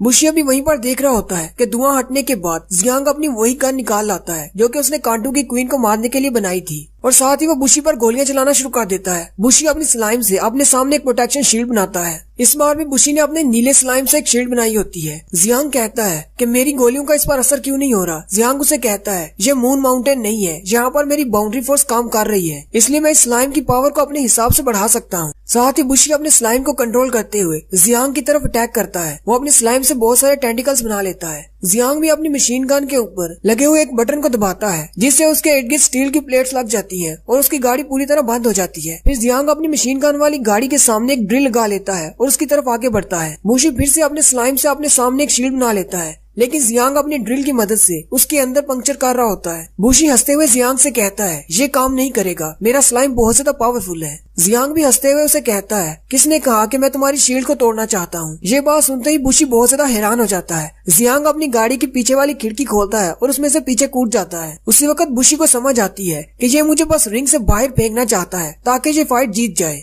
और ऐसा ही होता है। जियांग की गाड़ी के साथ ही बुशी पीछे की तरफ धकेला जाता है और जाकर दीवार के साथ लगता है, जबकि जियांग उससे पीछे से आराम से निकल आता है। अरीना में बैठी सारी अवाम बहुत ज्यादा खुश हो जाती है और कहती है फोर्जरी क्लास का लड़का तो बहुत ज्यादा स्ट्रॉन्ग है। जियांग भी अपना पेन उठाकर अपनी जीत का जश्न मना रहा होता है। शेफ क्लास के टीचर मार्टिन से कहते हैं तुमने तो अपने बच्चों को बहुत ही अच्छा पढ़ाया है। टीचर मार्टिन उसका शुक्रिया अदा करते हैं, जबकि किंग भी जियांग की तारीफ करते हैं और कहते हैं ये लड़का तो बहुत ही अच्छा है। एली और मोटो भी बहुत ज्यादा खुश हो जाती है। जियांग अभी अरीना में अपनी जीत का जश्न मना रहा होता है। उसी वक्त बुशी अपने स्लाइम से एक हाथ बनाता है और जियांग का गला पकड़ लेता है। बुशी असल में रिंग से बाहर नहीं गिरा होता, वो सामने दीवार के साथ अपने स्लाइम के साथ चिपका होता है। फिर वो अपने स्लाइम को एक स्पाइडर बना लेता है और उसकी बहुत सारी टांगे निकल आती हैं। बुशी हंसते हुए जियांग से कहता है तुम्हें क्या लगा था कि तुम मुझे इतनी आसानी से हरा पाओगे? और वो साथ ही जियांग के गले को और भी ज्यादा जोर से दबा रहा होता है। जियांग अपने पेन पर लगे हुए फायर रेड क्रिस्टल से उसके स्लाइम को काट देता है। बुशी का ब्लू स्लाइम वहीं पर जलकर खाक हो जाता है, जबकि ये देखकर बुशी भी बहुत ज्यादा हैरान हो जाता है।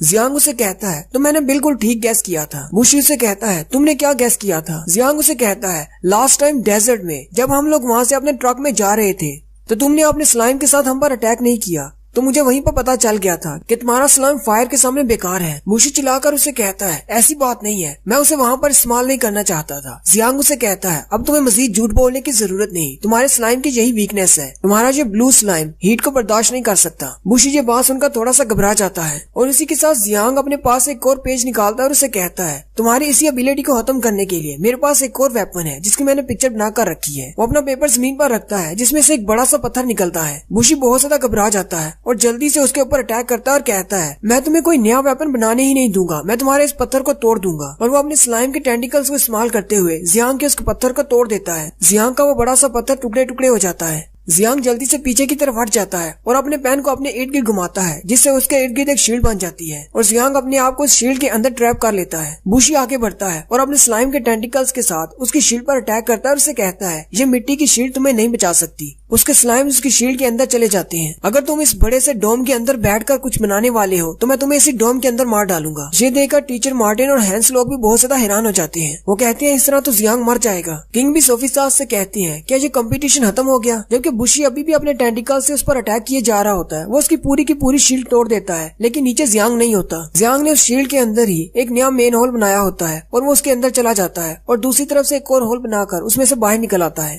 बुशी चिल्लाकर उसे कहता है तुम वहाँ पर कैसे पहुँच गए। जियांग उसे कहता है ये तो बहुत ही सिंपल सी बात है, मैंने अपनी फोर्जिंग की टेक्निक को इस्तेमाल करते हुए नीचे एक टनल बनाई और एक जगह से दूसरी जगह निकल आया। बुशी बहुत ज्यादा गुस्सा हो जाता है और जियांग की तरफ आगे बढ़ता है, लेकिन जियांग उसे कहता है मैंने अपनी प्रिपरेशन पूरी कर ली है। साथ ही वो अपने पेन को जमीन पर मारता है, जिससे एक बड़े से रिंग के इर्द गिर्द फॉर्मेशन मुकम्मल हो जाती है और बुशी एक बड़े से डोम के अंदर कैद हो जाता है जो कि मिट्टी का बना होता है। बुशी इस डोम के अंदर कैद होने के बाद सोचता है इसने जो इतना बड़ा सा डोम कैसे बनाया होगा, मैंने इसे अपने पेन को यूज करते हुए नहीं देखा। उसी वक्त उसे याद आता है कि जब वो उसके पीछे गोलियां चला रहा था तो उसने अपनी मशीन गन के पीछे वाली साइड पर अपना पेन रखा हुआ था और वो एक गोल दायरे में घूम रहा था। बुशी अंदर से उस डोम की दीवारों पर अटैक कर रहा होता है और उसे कहता है तुमने ये सारा कुछ पहले से प्लान किया हुआ था। जियांग उसे कहता है मैंने सिर्फ बस यही प्लान नहीं किया था, बल्कि और भी बहुत कुछ है जो मैंने प्लान कर रखा है। बुशी अंदर से उसे कहता है तुम्हें लगता है कि ये मिट्टी की दीवारें मुझे रोक सकती हैं? जियांग उसे कहता है इन दीवारों पर अटैक करने का कोई फायदा नहीं, मैंने इसे फायर रेड क्रिस्टल से बनाया है, तुम इसे इतनी आसानी से नहीं तोड़ पाओगे। और वैसे भी ये सिर्फ तुम्हें रोकने के लिए नहीं है, इसके अंदर तुम्हारे लिए एक और सरप्राइज है। थोड़ी देर पहले जो तुमने मेरा पत्थर तोड़ा था उसके अंदर एक स्पेशल वेपन है जो कि मैंने हाथ तुम्हारे लिए बनाया था। बुशी अपने पीछे की तरफ देखता है तो वो पत्थर के टुकड़े उसके पीछे पड़े होते हैं और उन सारे पत्थर के टुकड़ों के अंदर टाइम बॉम्ब्स होते हैं। बुशी ये देखकर बहुत ज्यादा घबरा जाता है। उसी वक्त उन बॉम्ब्स का टाइम खत्म हो जाता है और साथ ही एक जोरदार धमाका होता है। सारे टीचर्स और सारे कम्पिटिटर्स ये देखकर बहुत ज्यादा हैरान हो जाते हैं। उन्हें उस धमाके की पावर महसूस होती है, जबकि अरीना में बैठे लोग जो बातें करना शुरू कर देते हैं। क्या प्रिंस हार गया, वो भी इतनी आसानी से? क्या वाकई में फोर्जिंग क्लास के लड़के ने प्रिंस को हरा दिया? जबकि दूसरे कुछ बच्चे बातें कर रहे होते हैं इस लड़के को बहुत ज्यादा भुगतना पड़ेगा क्योंकि बुशी रॉयल फैमिली का मेंबर है, अगर वो मर गया तो इसे जरूर सजा होगी। उसी वक्त ब्लैक शैडो में दिखाते हैं कि जियांग की एकेडमी के प्रिंसिपल भी ये सब कुछ देख रही होती है और कहती है ये लड़का तो टीचर मार्टिन से भी ज्यादा पावरफुल है, लेकिन ये इतनी आसानी से प्रिंस को नहीं हरा सकता। और यहीं पर हमारी 24वीं एपिसोड का एंड होता है। एक्सप्लेनेशन अच्छी लगी हो तो कमेंट करके जरूर बताएं। चैनल को सब्सक्राइब कर दें, वीडियो को लाइक और शेयर कर दें। शुक्रिया। माय डीमन वाइफ की 25वीं एपिसोड के साथ हाजिर हूँ। लास्ट एपिसोड के एंड पे हमने देखा था जियांग बुशी को एक बड़े से डोम के अंदर कैद कर देता है और उसके अंदर उसने टाइम बॉम्ब्स रखे होते हैं जिनके फटने से एक जोरदार धमाका होता है। सारी जनता हैरान हो जाती है। जबकि उसी वक्त एक और सीन दिखाते हैं जहाँ पर उस अकेडमी के प्रिंसिपल बैठे ये सब कुछ देख रही होती है और कहती है बुशी इतनी आसानी से नहीं हारने वाला। तो यहीं से हमारी नई एपिसोड की शुरुआत होती है। उस धमाके की वजह से किंग बहुत ज्यादा परेशान हो जाते हैं। सोफी सास प्रिंस को उदास देकर कहती हैं आपको घबराने की जरूरत नहीं, कोई भी स्टूडेंट मरने नहीं वाला क्योंकि उन्होंने रजिस्ट्रेशन की हुई है, इसलिए इस कंपटीशन को उनकी सेफ्टी को मद्देनजर रखते हुए रखा गया है। कंपटीशन के दौरान कोई भी बच्चा जान से नहीं जाएगा। सोफी सास की ये बात सुनकर किंग को थोड़ा हौसला होता है, जबकि जियांग अरीना में खड़ा ये बात सोच रहा होता है अब सबको पता चल गया है कि मैंने एक प्रिंस को मार दिया है, अब कोई भी हमसे पंगा नहीं लेगा। जियांग सोफी सास से कहता है सोफी सास जल्दी से विनर का ऐलान करो, मैं ये फाइट जीत चुका हूँ। लेकिन उसी वक्त जियांग के पीछे डोम के ऊपर एक क्रैक पड़ता है जिससे वो दीवार टूटना शुरू हो जाती है। जियांग बहुत ज्यादा घबरा जाता है और कहता है क्या उन बॉम्ब्स के फटने के बाद भी ये नहीं मरा? बुशी जियांग के डोम की दीवार को तोड़कर बाहर निकल आता है। बुशी एक ड्रैगन ह्यूमन बन चुका होता है और उसकी बॉडी पर ब्लैक कलर का स्लाइम लगा होता है। बुशी जियांग से कहता है तुम तो काफी ज्यादा स्ट्रॉन्ग हो, देखो तुम्हारी वजह से मुझे अपनी ड्रैगन फॉर्म इस्तेमाल करना पड़ी, लेकिन तुमने मुझे बहुत ज्यादा गुस्सा दिला दिया है। तुम्हारे जैसे यूजलेस नंबर के खिलाफ मुझे अपनी ड्रैगन फॉर्म यूज करना पड़ी, ये तो एक रॉयल प्रिंस के लिए बेइज्जती की बात है। जियांग बुशी को देखकर बहुत ज्यादा घबरा जाता है और कहता है ये भी ट्रांसफॉर्म हो सकता है, ये लोग हैं कौन? जबकि अरीना में बैठे सारे बच्चे हैरान परेशान हो जाते हैं और कहते हैं ये तो एक ड्रैगन है। सोफी सास किंग से कहता है मैंने एक बार रिजेंट को जंग के दौरान ड्रैगन बने हुए देखा था, मुझे लगा था शायद रिजेंट ही ड्रैगन बन सकते हैं। किंग सोफी सास को बताते हैं ये एक स्पेशल रॉयल एबिलिटी है जो कि सिर्फ रॉयल ब्लड में ही है, जो रिजेंट के साथ साथ उनके बच्चों में भी है। किंग सोफी सास से कहते हैं अब जबकि तुम्हें पता चल चुका है तो मैं तुम्हें बताता हूँ कि हमें ये रॉयल पावर कैसे मिलती है। जब भी रॉयल फैमिली में कोई लड़का पैदा होता है तो उसे ड्रैगन लॉर्ड के पास लेकर जाया जाता है और फिर उससे रिक्वेस्ट की जाती है कि इसे अपने ब्लड के साथ बॉन्ड कर लिया जाए और इस तरह उस बच्चे को ड्रैगन की पावर मिल जाती है और वो अपनी फॉर्म को तब्दील कर सकता है। सोफी सास किंग से पूछता है तो इसका मतलब आप भी रॉयल फैमिली से हैं, क्या आप भी एक ड्रैगन बन सकते हैं? किंग उसे कहते हैं हाँ बिल्कुल, मैं भी एक ड्रैगन बन सकता हूँ। किंग सोफी सास से कहती है एक बार जब तुम ड्रैगन फॉर्म में आ जाती हो तो तुम्हारी स्किन बहुत ज्यादा सख्त हो जाती है और तुम्हारी पावर भी डबल हो जाती है। और इस एबिलिटी की खास बात यह है कि तुम अपनी पावर को बहुत ज्यादा बढ़ा सकते हो। अगर तुम्हारे पास बाउंड्री फोर्स ज्यादा है तो तुम्हारी बाउंड्री फोर्स और भी ज्यादा हो जाएगी, लेकिन ये सब के लिए अलग अलग काम करती है क्योंकि जिसकी बाउंड्री फोर्स ज्यादा होगी उसकी बाउंड्री फोर्स और भी ज्यादा बढ़ जाएगी। सोफी सास सोचता है क्या हमारा जियांग इस ड्रैगन को हरा पाएगा?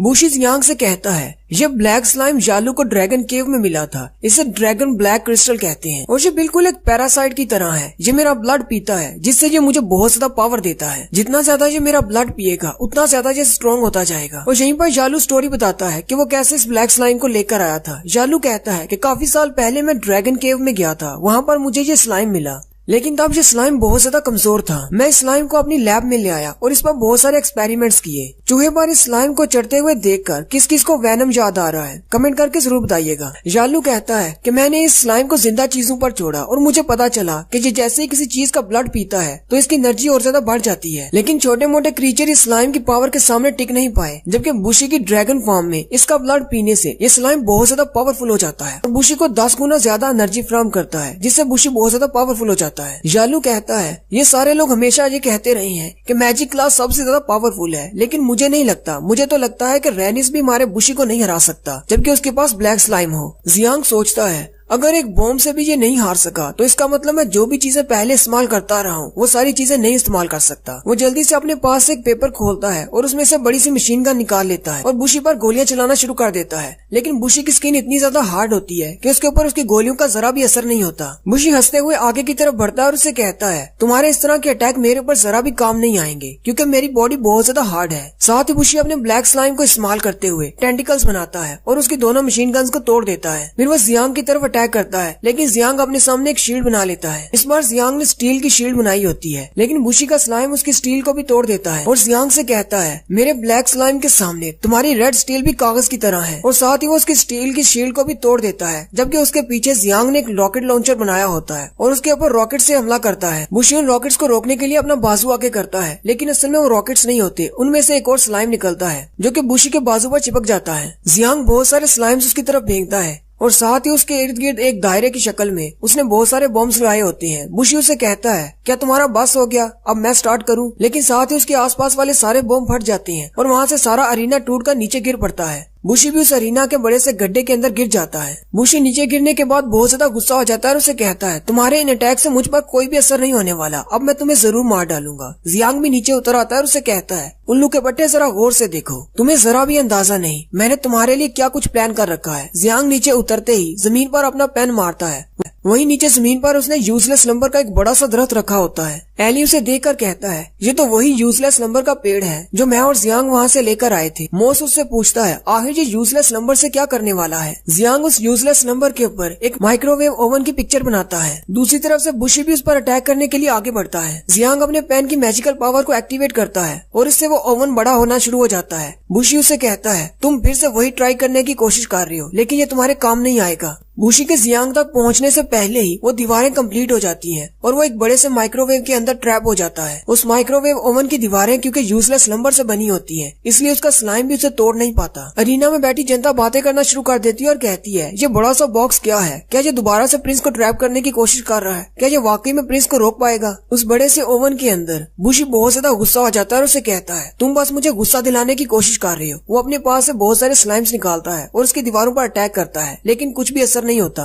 फिर वो अपनी फुल मैजिकल पावर से 2 पिंक बॉल्स बनाता है और उसे दीवार की तरफ फेंकता है और कहता है इन मैजिकल बॉल्स के सामने तो रेनिस भी नहीं टिक पाएगा, तुम्हारी दीवारें क्या टिकेंगी। लेकिन जैसे ही धुआं उड़ता है तो दीवार को एक स्क्रैच भी नहीं पड़ता। जियांग बाहर से उसे कहता है चाहे तुम कुछ भी कर लो ये यूजलेस नंबर है, तुम इसकी दीवारों को तोड़ नहीं सकोगे। बुशी ये बात सुनकर बहुत ज्यादा हैरान हो जाता है और कहता है तुम फोर्जरी के लिए यूजलेस नंबर को क्यों इस्तेमाल कर रहे हो। जियांग उसे कहता है मैंने तुमसे पहले ही कहा था कि मैंने तुमसे फाइट करने के लिए प्लान पहले से बना रखा था। रिचर्ड मार्टिन भी ये देखकर बहुत ज्यादा हैरान हो जाते हैं और कहते हैं इसने फॉर्जरिंग के लिए यूजलेस नंबर को इस्तेमाल कर लिया। ये तो बहुत ज्यादा इंटेलिजेंट है। जबकि एली कहता है हम लोग उसे काट नहीं पाए थे, इसलिए जियांग ने मुझे कहा था कि इसे पूरा उखाड़ लो और अपने साथ ले आए थे। जियांग ऊपर खड़े बुरी से कहता है क्या तुम्हें याद है पहली बार तुमने मुझसे क्या कहा था कि मैं एक यूजलेस नंबर हूँ। आज मैं तुम्हें बताता हूँ कि यूजलेस नंबर कितना पावरफुल है और ये यूजलेस नंबर क्या कर सकता है। उसकी ये बात सुनकर बुरी को बहुत ज्यादा गुस्सा आता है। जियांग उनसे कहता है यूजलेस नंबर से तुम लोग ना तो घर बना सकते हो और ना ही तुम इससे आग जला सकते हो, इसलिए तुम लोगों ने समझा कि ये एक बेकार लकड़ी है। और इसी तरह ना ही मेरे पास कोई टैलेंट है और ना ही मेरे पास कोई बाउंड्री फोर्स है, इसलिए तुम लोगों ने कहा ना तो मैं मैजिक सीख सकता हूँ और ना ही तलवारबाजी। फिर वह सोफी सास से कहता है और तुमने भी कहा था कि मैं किसी काम का नहीं हूँ, लेकिन तुम सब लोगों को ये बात पता ही नहीं कि यूजलेस नंबर इस पूरी दुनिया में सबसे ज्यादा हार्ड मटेरियल है। और आज के दिन मैं तुम सब लोगों के सामने ये साबित कर दूंगा कि फोर्जिंग क्लास वाले भी किसी भी दूसरी फाइटिंग क्लास वाले से कम नहीं। और साथ ही जियांग अपने पेन पर लगे हुए इलेक्ट्रिक क्रिस्टल को एक्टिवेट करता है और उससे उस माइक्रोवेव ओवन पर टच करता है, जिससे वो बड़ा सा ओवन चलने लग जाता है। बुशी जो कि उसके अंदर खड़ा होता है, अचानक उसे हीट महसूस होती है। वो कहता है इसकी दीवारें इतनी जल्दी गर्म कैसे होना शुरू हो गई। बुशी अंदर से चिल्लाना शुरू कर देता है।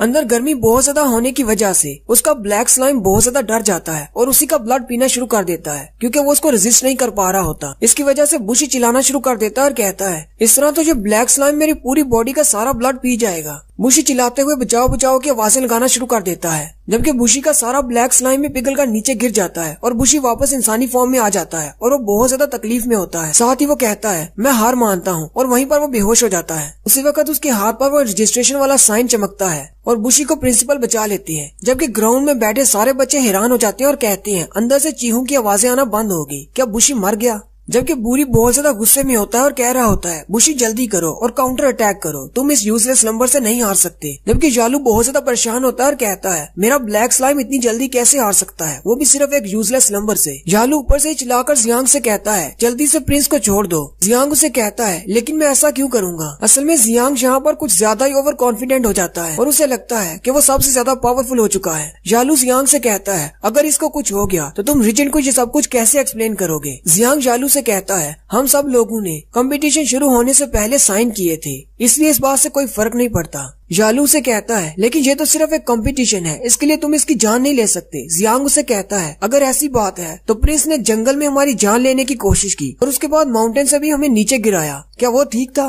जियांग भी नीचे की तरफ उतरता है और कहता है कहीं ऐसा ना हो कि वो मरने का नाटक कर रहा हो और वो बाहर निकलते ही मुझे मार डाले, इसलिए मैं चाहता हूँ कि पहले वो सरेंडर करे। जियांग कहता है लेकिन मेरे ख्याल में मैंने थोड़ी देर पहले उसे सरेंडर करने की आवाज करते हुए सुना था। उसी वक्त अरीना में खड़े सारे लोग बहुत ज्यादा हैरान हो जाते हैं क्योंकि पीछे से एक पोर्टल ओपन होता है। बुशी की बॉडी माइक्रोवेव ओवन की वजह से बहुत ज्यादा जल चुकी होती है और वो उसमें से बाहर गिरता है, जबकि बुशी के साथ स्कूल के प्रिंसिपल भी बाहर निकलते हैं। प्रिंसिपल बाहर निकलते ही किंग को हेलो बोलते हैं और उनसे कहते हैं मेरा नाम वेस्ली आंद्रे है और मैं स्कूल का प्रिंसिपल हूँ। किंग भी उसे देखकर बहुत ज्यादा खुश हो जाती हैं। किंग प्रिंसिपल से कहते हैं मुझे नहीं लगा था कि तुम भी यहाँ पर मैच देखने के लिए आने वाले हो। जियांग भी प्रिंसिपल को देखकर बहुत ज्यादा हैरान हो जाता है, जबकि बच्चे बातें कर रहे होते हैं और कहते हैं हमने तो सुना था कि इसकी उम्र 200 साल है, लेकिन ये तो बहुत ज्यादा यंग और हैंडसम है। प्रिंसिपल उनसे कहती है मैं यहाँ पर आना तो नहीं चाहता था, इसलिए मैं सीक्रेट में ही बैठकर बच्चों को प्रोटेक्ट कर रहा था, लेकिन ये राउंड बहुत ज्यादा एक्साइटिंग था इसलिए मैं यहाँ पर आ गया। और यहीं पर हमारी 25वीं एपिसोड का एंड होता है। एक्सप्लेनेशन अच्छी लगी हो तो चैनल को सब्सक्राइब कर दें, वीडियो को लाइक और शेयर कर दें। शुक्रिया।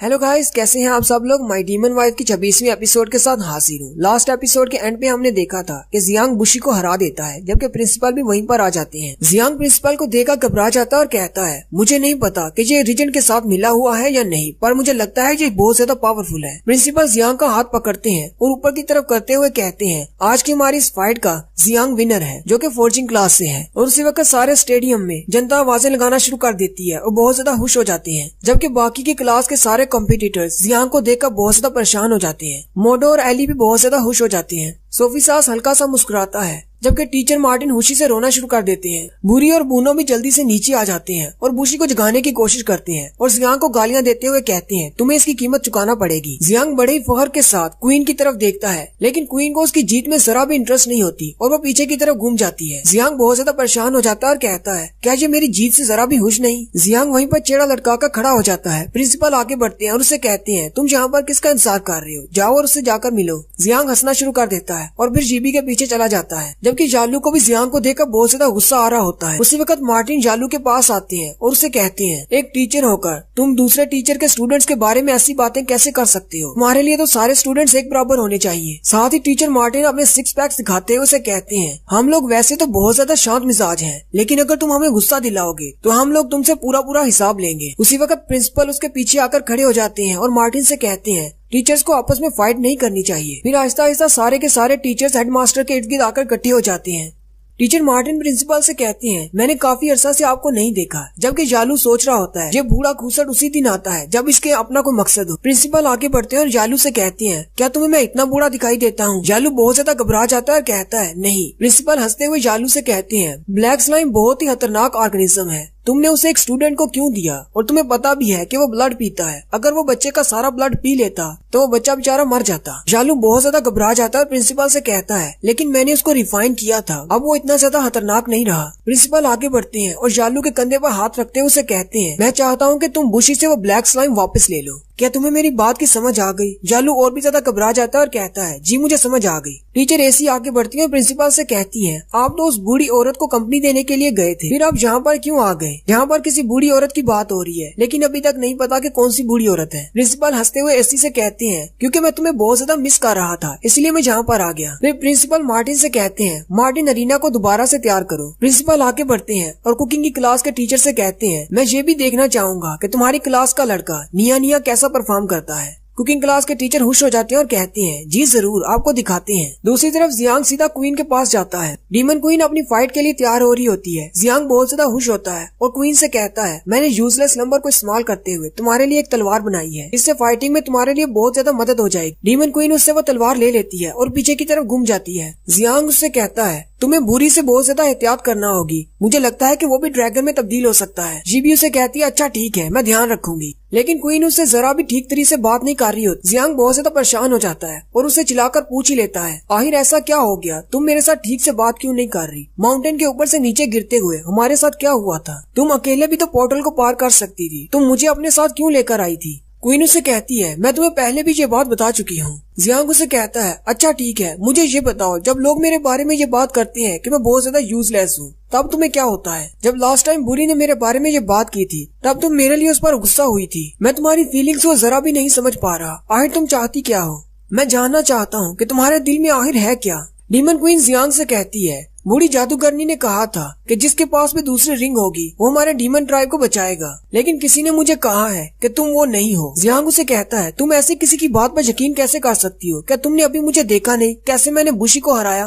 क्वीन जियांग से कहती है, तुमने तो सिर्फ एक छोटे से कीड़े को हराया है, तुम्हें क्या लगता है कि तुम ह्यूमन ट्राइब के बाकी के बड़े बड़े मगरमच्छों को हरा सकते हो? साथ ही क्वीन उसे कहती है, तो क्या तुम वाकई में जानना चाहती हो कि उस माउंटेन पर हमारे साथ क्या हुआ था? ठीक है, मैं तुम्हें सारी बात बताती हूँ। क्वीन उसे बताती है, जब हम उस माउंटेन से नीचे गिर रहे थे, तुम्हारे सर में एक पत्थर लगा था और तुम बेहोश हो गए थे। उसी वक्त मैंने बाकी सारे बच्चों की तरफ देखा, उनके हाथों पर भी एक मैजिकल फॉर्मेशन ओपन हुई और साथ ही मेरे हाथ पर भी ओपन हो रही थी, और फिर हम सारे लोग एक डार्क रूम में टेलीपोर्ट हो गए। वहाँ पर सिर्फ हर तरफ अंधेरा ही अंधेरा था। तुम्हारे साथ साथ वो बाकी के सारे बच्चे बेहोश हो चुके थे। उसी वक्त सामने कोई शख्स था जिसने मुझे कहा, तुम्हें इनके लिए परेशान होने की जरूरत नहीं, इनकी बाउंड्री फोर्स बहुत ज्यादा कम थी, इसलिए जो टेलीपोर्टेशन मैजिक को सह नहीं पाए और बेहोश हो गए। क्वीन उस शख्स से कहती है, तुम कौन हो? उसी शख्स के साथ वॉइड किंग भी होता है। डीमन क्वीन उसे देखकर कहती है, तुम तो वॉइड किंग हो। जबकि वॉइड किंग के साथ अकेडमी के प्रिंसिपल होते हैं। प्रिंसिपल डीमन क्वीन से कहते हैं, मेरा नाम वेस्ली आंद्रे है और मैं प्रिंसिपल हूँ जिस स्कूल में तुम ट्रेनिंग कर रही हो। साथ ही प्रिंसिपल उसे कहते हैं, मुझे तुमसे मिलकर बहुत ही अच्छा लगा डीमन क्वीन। प्रिंसिपल को इसके बारे में पता होता है कि ये एक डीमन क्वीन है। ये सुनते ही डीमन क्वीन बहुत ज्यादा घबरा जाती है और जल्दी से अपनी तलवार निकाल लेती है और प्रिंसिपल से कहती है, तुम्हें मेरे बारे में कैसे पता चला?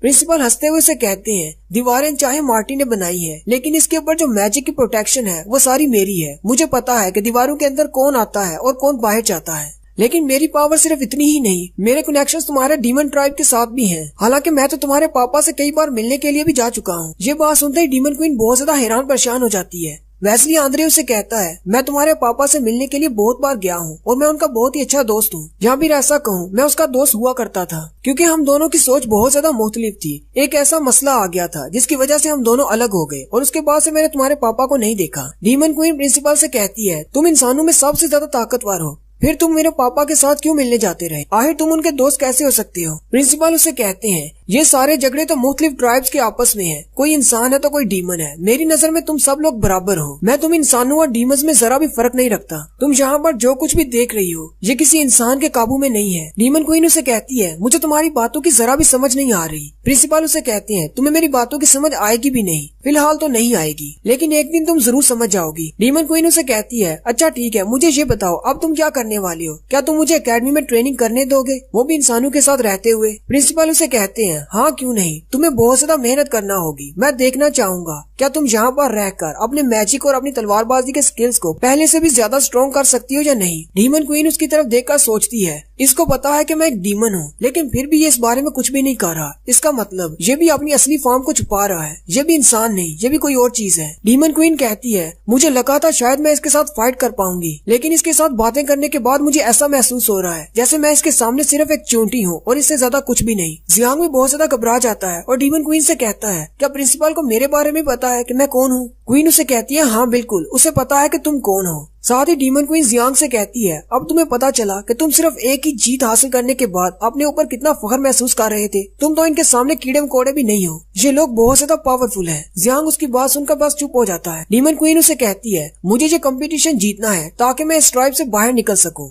मेरे पास और कोई रास्ता नहीं। मुझे पता है कि मैं इनके साथ फाइट नहीं कर सकती और तुम्हें जो करना है वो कर सकते हो। अब से तुम मेरी जिम्मेदारी नहीं हो, ना ही मैं तुम्हारी जिम्मेदारी हूँ। और साथ ही क्वीन आगे बढ़ जाती है जबकि जियांग वहीं पर खड़ा रह जाता है। नेक्स्ट सीन में सोफी सास सेकंड राउंड का ऐलान करता है। दोनों तरफ के कम्पिटिटर्स को बुलाता है। सबसे पहले मैजिक क्लास का लड़का जिसका नाम मोस है, वो अपने बड़े से बिल्ले जनरल पर आता है और दूसरे नंबर पर कुकिंग क्लास से निया निया आता है। टीचर ऐसी ड्रोना से कहती है, मेरी क्लास का लड़का इस कुक क्लास के लड़के को बहुत ही आसानी से हरा देगा। ड्रोना उसे जालू की तरफ इशारा करके कहती है, तुम्हें पहले ही शो ऑफ करने की जरूरत नहीं, बाद में तुम्हारा हाल भी जालू की तरह होने वाला है। और फिर वो दोनों वहीं पर लड़ना शुरू कर देती है। जबकि आयशा उनको देखकर ये सोच रही होती है कि मोस को हमेशा देखने में वो एक इडियट ही लगता है, लेकिन हमारी क्लास का वो सबसे स्ट्रॉन्गेस्ट स्पेशलिस्ट है। उसके पास जो मैजिकल टेक्निक्स हैं वो बाकियों के पास नहीं, और मुझे नहीं लगता कि वो कुक क्लास के लड़के से हारने वाला है। और साथ ही उन दोनों की फाइट स्टार्ट हो जाती है।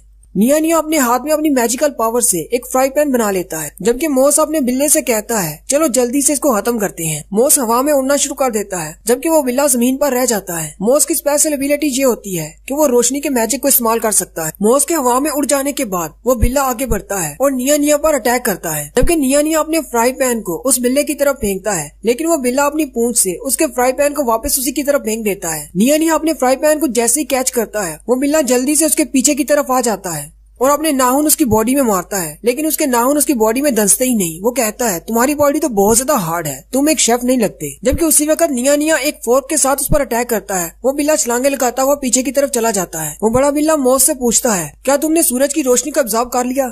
मोस उसे कहता है, बस थोड़ा सा टाइम और दो। वो अपने हाथ जोड़ता है और उसके इर्द गिर्द एक फॉर्मेशन ओपन होती है जिससे वो सूरज की रोशनी को ऑब्जर्व करना शुरू करता है और उसके चेहरे पर लाइनें चमकना शुरू हो जाती हैं। मोस बिल्ले से कहता है, दोपहर का वक्त है और सूरज भी हमारे सर पर है, ऐसे में मेरी मैजिकल पावर बहुत ज्यादा बढ़ जाती है। मोस और उस बिल्ले दोनों की आंखें चमकना शुरू हो जाती है और साथ ही ग्राउंड में इतनी ज्यादा रोशनी हो जाती है कि किसी को कुछ भी दिखाई नहीं देता। लेकिन जैसे ही रोशनी खत्म होती है वो लोग सामने देखते हैं तो वो बिल्ला सामने खड़ा होता है, वो भी अपनी दो टांगों पर। वो मोटा सा क्लमजी बिल्ला एक बॉडी बिल्डर बिल्ला बन जाता है। जनरल निया निया से कहता है, मुझे नहीं पता कि तुमने अपनी बॉडी को कैसे ट्रेन किया, तुम्हारी बॉडी बहुत ज्यादा हार्ड है, लेकिन इस फॉर्म में तुम मेरा मुकाबला नहीं कर पाओगे। और यहीं पर हमारी 26वीं एपिसोड का एंड होता है।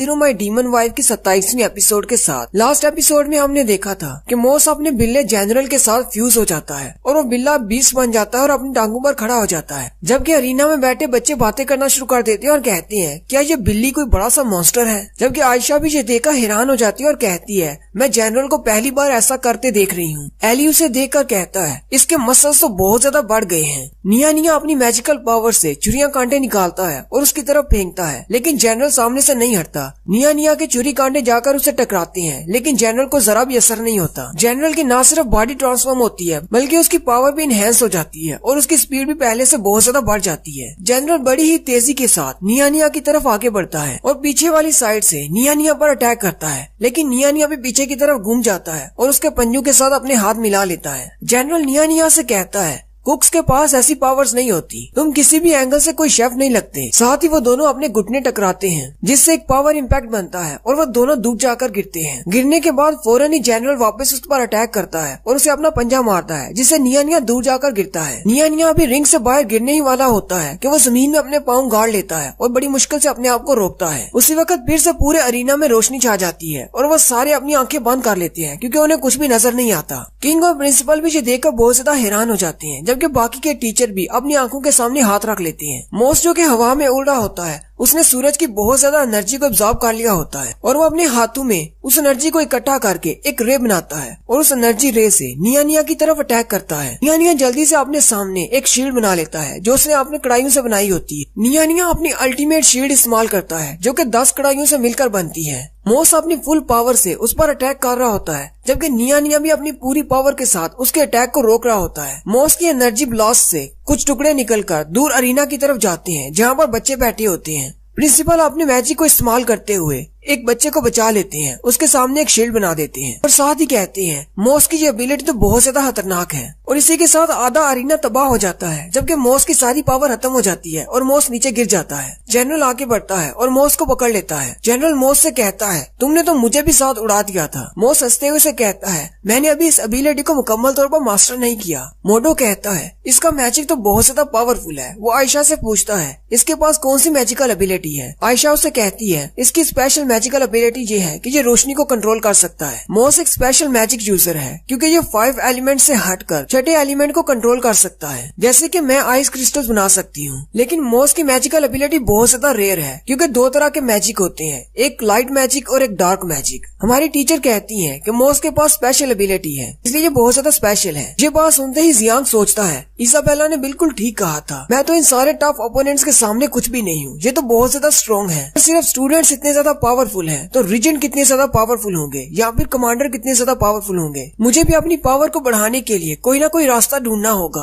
उसी वक्त अरीना का सीन दिखाते हैं। निया निया अभी भी फील्ड पर होता है। वो उनसे कहता है तुम्हारा अटैक तो बहुत ज्यादा पावरफुल था, तुमने मेरी 10 लेयर वाली कढ़ाई वाली शील्ड को भी तोड़ दिया। ये सुनते ही मोस बहुत ज्यादा चौंक जाता है और कहता है क्या इसने सिर्फ एक कढ़ाई को इस्तेमाल करते हुए मेरी एबिलिटी को रोक दिया। जनरल मोस को उठाकर पीछे की तरफ फेंकता है और कहता है जाकर सूरज की एनर्जी को एब्जॉर्ब करो, मैं तब तक देखता हूँ कि मैं इसके साथ क्या कर सकता हूँ। जनरल भागता हुआ सीधा निया निया की तरफ आगे बढ़ता है। निया निया अपने सामने फिर से एक कढ़ाई की शील्ड बना लेता है, लेकिन जनरल सामने से गायब होकर उसके पीछे आ जाता है और निया निया के कंधे पर अपना पंजा मारता है। उसी वक्त निया निया अपने पास एक छोटी सी बॉल निकालता है और उसे जमीन पर पटक देता है जिसमें से बहुत सारा धुआं निकलता है। जनरल निया निया से कहता है एक स्मोक बॉम्ब इस्तेमाल करके तुम मुझसे बच नहीं सकते। तुम्हें क्या लगता है मैं तुम्हें ढूंढ नहीं सकता? मैं एक बिल्ला हूँ, मैं आंखें बंद करके भी तुम्हें ढूंढ सकता हूँ क्योंकि तुम्हारे पास से लहसुन और अदरक की स्मेल आ रही है। और साथ ही वो उस धुएं के अंदर से उस पर अटैक कर रहा होता है। ये देखकर मोस बहुत ज्यादा खुश हो जाता है, जबकि निया निया कहता है बस थोड़ी देर और उसी के साथ उस बिल्ले के अटैक रुक जाते हैं। जनरल उस धुएं से बाहर निकल आता है। मोस उसे कहता है तुम उस धुएं से बाहर क्यों निकल आए, उसे खत्म करके आना था। जनरल वापस अपने बिल्ले की फॉर्म में आ जाता है और साथ ही बड़ी अजीब सी हरकतें करना शुरू कर देता है। अरीना में बैठे बच्चे कहते हैं ये बिल्ला तो बिल्कुल भी नॉर्मल नहीं लग रहा, क्या ये डांस कर रहा है? मोस जनरल से कहता है तुम्हें क्या हुआ, ये तुम कैसी हरकतें कर रहे हो? निया निया उसे कहता है इसने मेरी स्पेशल कैट ग्रास को सूंघा है इसलिए अब इसके अपने बॉडी पर कंट्रोल नहीं रहा। मोस उसे कहता है लेकिन मैंने और तुमने भी तो इस गैस को सूंघा है, हम पर इसका असर क्यों नहीं हुआ? निया निया उसे कहता है ये एक स्पेशल गैस है जो सिर्फ बिल्लियों पर असर करती है इसलिए हम दोनों पर इसका असर नहीं हुआ। टीचर मार्टिन शेफ क्लास के टीचर से कहते हैं तुम्हें ये जड़ी बूटी कहाँ से मिली? वो टीचर उसे कहते हैं जब मैं पहाड़ों पर गया था तब मुझे वहाँ पर ये मिली, मैंने वहाँ पर ये जड़ी बूटी देखी, मैंने कुछ अपने पास रख ली, मैंने सोचा इससे कोई अच्छा सा मसाला बनाया जा सकता है इसलिए मैं इसे अपने साथ ले आया। लेकिन जब मैं इसे वापस लेकर आया तो एक्सीडेंटली मुझे पता चला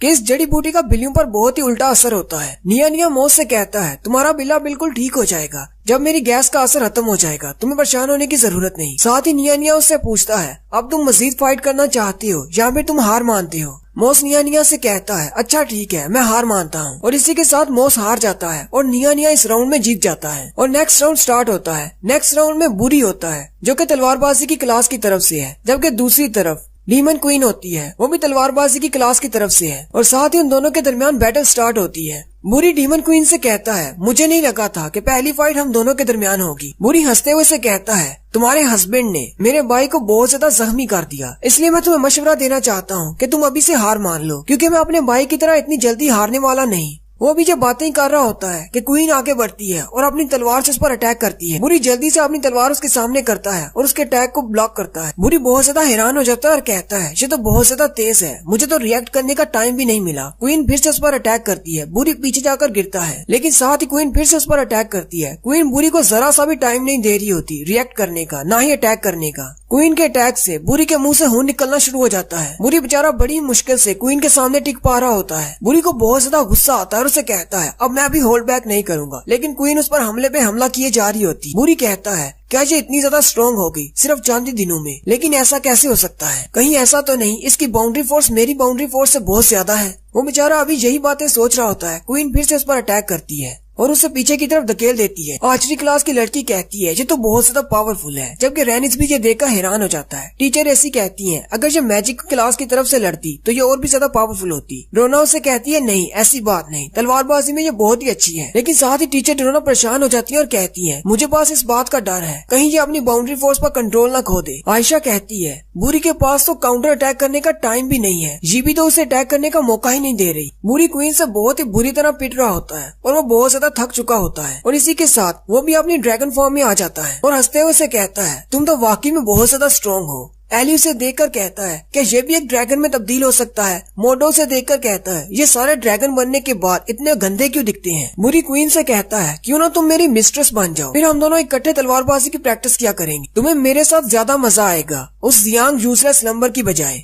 ये सुनते ही जियांग चिल्लाकर उसे कहता है हनी इसके टुकड़े टुकड़े कर दो। क्वीन जंप करती है और उस पर अटैक करती है, लेकिन वो अपनी बड़ी सी तलवार से उसके अटैक को ब्लॉक कर देता है और क्वीन को पीछे की तरफ धकेल देता है। ड्रैगन फॉर्म में आने से बुरी की पावर बहुत ज्यादा बढ़ जाती है। बुरी अपनी तलवार पर बाउंड्री फोर्स को एक्टिवेट करता है और बहुत ज्यादा पावर के साथ क्वीन की तरफ अटैक करता है, जिससे आधा स्टेडियम टूट जाता है और उसमें बड़ी बड़ी दरारें पड़ जाती हैं। फिर बुरी साथ ही आगे बढ़ता है और क्वीन के ऊपर अपनी बड़ी सी तलवार से अटैक करता है। जियांग चिल्लाकर क्वीन से कहता है अपना ध्यान रखना। उसी वक्त क्वीन भी अपनी बाउंड्री फोर्स को एक्टिवेट करती है। वहाँ पर अरीना में एक बड़ा सा धमाका होता है। बुरी अपनी तलवार जमीन पर मारने के बाद बहुत ज्यादा हंस रहा होता है, लेकिन साथ ही वो हैरान हो जाता है क्योंकि क्वीन ने अपनी तलवार से उसकी बड़ी तलवार को ब्लॉक किया होता है और वो भी सिर्फ एक ही हाथ से। ड्रोना और एसी भी ये देखकर बहुत ज्यादा हैरान हो जाती है और कहती है इसकी बाउंड्री फोर्स तो बहुत ज्यादा पावरफुल है, जबकि प्रिंसिपल वहीं पर बैठे मुस्कुरा रहे होते हैं। स्टेडियम में सारे बच्चे भी ये देखकर बहुत ज्यादा हैरान हो जाते हैं। क्वीन अपने एक ही हाथ से बुरी को पीछे की तरफ धकेल देती है। बुरी बहुत ज्यादा हैरान हो जाता है और साथ ही वो बहुत ज्यादा गुस्सा हो जाता है और अपनी तलवार को दोनों हाथों से पकड़कर क्वीन पर अटैक करता है और चिल्लाकर क्वीन से कहता है तुम जैसी आम लड़की एक रॉयल ब्लड पर कैसे अटैक कर सकती है, जबकि मैं ड्रैगन फॉर्म में हूँ। बुरी अपनी फुल पावर से अपना फाइनल मूव इस्तेमाल करता है, जबकि क्वीन भी अपनी बाउंड्री फोर्स को इस्तेमाल करते हुए उस पर अटैक करती है। क्वीन अपनी तलवार को चलाते हुए आगे की तरफ निकल जाती है। उसी वक्त दिखाते हैं कि बुरी का एक बाजू कट जाता है, जिस बाजू वाले हाथ में उसने तलवार पकड़ी होती है और इसी के साथ बुरी वापस में इंसानी शक्ल में आ जाता है, जबकि सारे अरीना में क्वीन के नाम के नारे लगना शुरू हो जाते हैं। मोडो और एली भी बहुत ज्यादा खुश हो जाते हैं। मोडो जियांग से कहता है तुम दोनों अपने मैचेस जीत चुके हो, अब मुझे भी ट्राई करना होगी ताकि मैं भी अपना मैच जीत जाऊं। जियांग कहता है क्वीन ने तो अपना मैच बहुत ही आसानी से जीत लिया। क्वीन जैसे अरीना से बाहर जाने लगती है, वहाँ पर बूनो आ जाता है और उसे कहता है तुम्हें क्या लगता है मेरे भाई का बाजू काटने के बाद तुम यहाँ से इतनी आसानी से जा सकती हो। बूनो आगे बढ़ता है और क्वीन को पंच मारने लगता है। उसी वक्त बूनो की बहन पेनी वहाँ पर आ जाती है और अपने हंटर से उसके हाथ को पकड़ लेती है। बूनो उसे देखकर और भी ज्यादा गुस्सा हो जाता है और उसे कहता है तुम यहाँ पर क्या कर रही हो, तुम्हें क्या चाहिए। पेनी उसे कहती है यहाँ से दफा हो जाओ। बूनो चिल्लाकर उसे कहता है तुम्हें मेरे साथ इस तरह बात करने का हक किसने दिया, तुम मेरे पापा की सिर्फ एक नाजायज औलाद हो। उसी वक्त सोफी सास आ जाता है और बूनो से कहता है अगर तुम्हें डिस्क्वालीफाई नहीं होना तो चुपचाप यहाँ से चले जाओ, तुम सिर्फ अपने कंपटीशन के दौरान ही फाइट कर सकते हो, इसके अलावा नहीं। बूनो सोफी सास की बात मान लेता है और वहाँ से चला जाता है और यहीं पर हमारी 27वीं एपिसोड का एंड होता है। एक्सप्लेनेशन अच्छी लगी हो तो कमेंट करके जरूर बताएं। चैनल को सब्सक्राइब कर दें, वीडियो को लाइक और शेयर कर दें। शुक्रिया। जिसने मेरे चैनल को सब्सक्राइब नहीं किया, चैनल को सब्सक्राइब कर दें, वीडियो को लाइक और शेयर कर दें। शुक्रिया। पेनी सोफी सास से कहती है क्या ये इस दिन की लास्ट फाइट थी। सोफी सास उसे कहता है हाँ आज की ये लास्ट फाइट थी, बाकी की फाइट्स कल होंगी। पेनी उसे कहती है नहीं मुझे ज्यादा टाइम नहीं लगेगा, आपको मेरी फाइट आज ही रखना होगी। सोफी सास उसकी बात मान लेता है और उसी दिन एक और फाइट होती है जो कि पेनी और ड्यूड क्लास के एक लड़के के दरमियान होती है। और उसी वक्त एक और सीन दिखाते हैं जो कि ईस्ट के ट्राइब का होता है, जहाँ पर रिजेंट साटो के साथ हमला करने के लिए गए होते हैं। उन्होंने उस पूरे कबीले को आग लगा दी होती है, जबकि वहाँ के सारे लोगों को बंदी बना लिया होता है। फिर वो उन सारे लोगों को घुटनों पर बिठा देते हैं रीजेंट साटो से कहते हैं इन सबको मार दो। साटो अपने ऑफिसर से कहता है इन सबको मार दिया जाए। फिर साटो और रीजेंट के सारे सिपाही उन सारे लोगों को वहाँ पर मार देते हैं। उन सब लोगों को मारने के बाद उनकी आर्मी वहीं पर जश्न मना रही होती है, जबकि दरख्तों में छुपकर ऑर्क्स कबीले के कुछ लोग उनको देख रहे होते हैं। क्योंकि उनका कबीला इसी गाँव की दूसरी साइड पर है, इसलिए वो बहुत ज्यादा घबरा गए होते हैं। वो कहते हैं हमें तो यकीन नहीं हो रहा कि इंसानों ने पूरे के पूरे कबीले को खत्म कर दिया। वहाँ पर 2 ऑर्क्स होते हैं। दूसरा उसे कहता है बाकी के लोगों को ये कहाँ पर लेकर जा रहे हैं। दूसरा उसे कहता है मुझे नहीं पता। एक ऑर्क उसे कहता है ये सारी उस मास्टर गुरु की गलती है, उसने अपने सिपाहियों को यहाँ पर क्यों नहीं भेजा हमारी मदद करने के लिए। एक बार अगर उन्होंने इस कबीले पर मुकम्मल तौर पर कंट्रोल हासिल कर लिया तो इसके बाद हमारा कबीला आता है जो कि ऑर्क कबीला है। फिर ये सारे इंसान वहाँ पर आ जाएंगे और हमारे साथ भी फाइट करेंगे और ये सब कुछ इस लालची इंसान की वजह से हो रहा है। ये जो सामने खड़ा है वो रीजन की बात कर रहा होता है। वो कहता है जब तक ये इंसान जिंदा है हमारी इस जमीन पर कभी भी अमन नहीं हो सकता। नेक्स्ट सीन फिर से फाइटिंग अरीना का होता है। अरीना में बैठी जनता बहुत ज्यादा हैरान परेशान हो जाती है और कहती है क्या ये लड़का मरने वाला है। उसी वक्त दिखाते हैं पैनी ने अपने हंटर को ड्रूइड क्लास के लड़के के गले पर लपेटा होता है और हवा में एक रील बनाकर उसे फांसी की तरह लटकाया होता है। वो लड़का दम घुटने की वजह से मरने वाला होता है कि वो कहता है मैं हार मानता हूँ और इसी के साथ पैनी जीत जाती है। जबकि ड्रूइड क्लास की टीचर कहती है इतनी ज्यादा पावरफुल स्किल्स के साथ ये लड़की अभी एक स्टूडेंट कैसे हो सकती है। ड्रूइड क्लास की टीचर तीरंदाजी के टीचर से कहती है तुम्हारी लड़की तो तीरंदाजी की क्लास में है, फिर इसके पास एक हंटर क्यों है, ये तीर क्यों नहीं इस्तेमाल कर रही। टीचर उसे कहते हैं उसे हंटर पसंद है इसलिए वो हंटर का इस्तेमाल करती है। वैसे भी कोई रूल नहीं है कि तीरंदाजी वाले सिर्फ तीर इस्तेमाल करेंगे। जियांग भी उसे देखकर घबरा जाता है और कहता है ये तो बहुत ज्यादा पावरफुल है, मुझे लगता है ये भी क्वीन की एक अच्छी ओपोनेंट साबित होगी। उसी वक्त जियांग नीचे ग्राउंड में देखता है क्वीन टीचर ड्रोना के पास खड़ी होती है और वो दोनों बातें कर रही होती है। जियांग कहता है आखिर ये दोनों क्या बातें कर रही हैं। सोफी सास पहले दिन की फाइट का एहतमाम करता है और कहता है बाकी की फाइट्स कल होंगी। जियांग जैसे ही वापस अपने कमरे में आता है वो दरवाजा खोलकर अपनी आंखों के सामने हाथ रख लेता है और उसे कहता है क्या तुम कपड़े तो नहीं चेंज कर रही। लेकिन जैसे ही वो सामने देखता है तो क्वीन वहाँ पर नहीं होती और ना ही उसका सामान होता है। जियांग भागता हुआ उसे ढूंढना शुरू कर देता है। क्वीन बाहर जा रही होती है। वो उसे कहता है शुक्र है मैंने तुम्हें ढूंढ लिया, तुम कहाँ पर जा रही हो अपना सामान लेकर। क्वीन उसे कहती है टीचर ड्रोना ने मुझे कहा कि वो मुझे बाउंड्री फोर्स पर कंट्रोल करना सिखाएगी, इसलिए मैं टीचर ड्रोना के घर पर रहने के लिए जा रही हूँ। जियांग उसे कहता है लेकिन तुम वापस कब आओगी। क्वीन उसे कहती है तुम्हें इस बारे में सोचने की जरूरत नहीं। जियांग उसे कहता है लेकिन अगर उसे पता चल गया कि तुम एक डीमन क्वीन हो तो क्या होगा।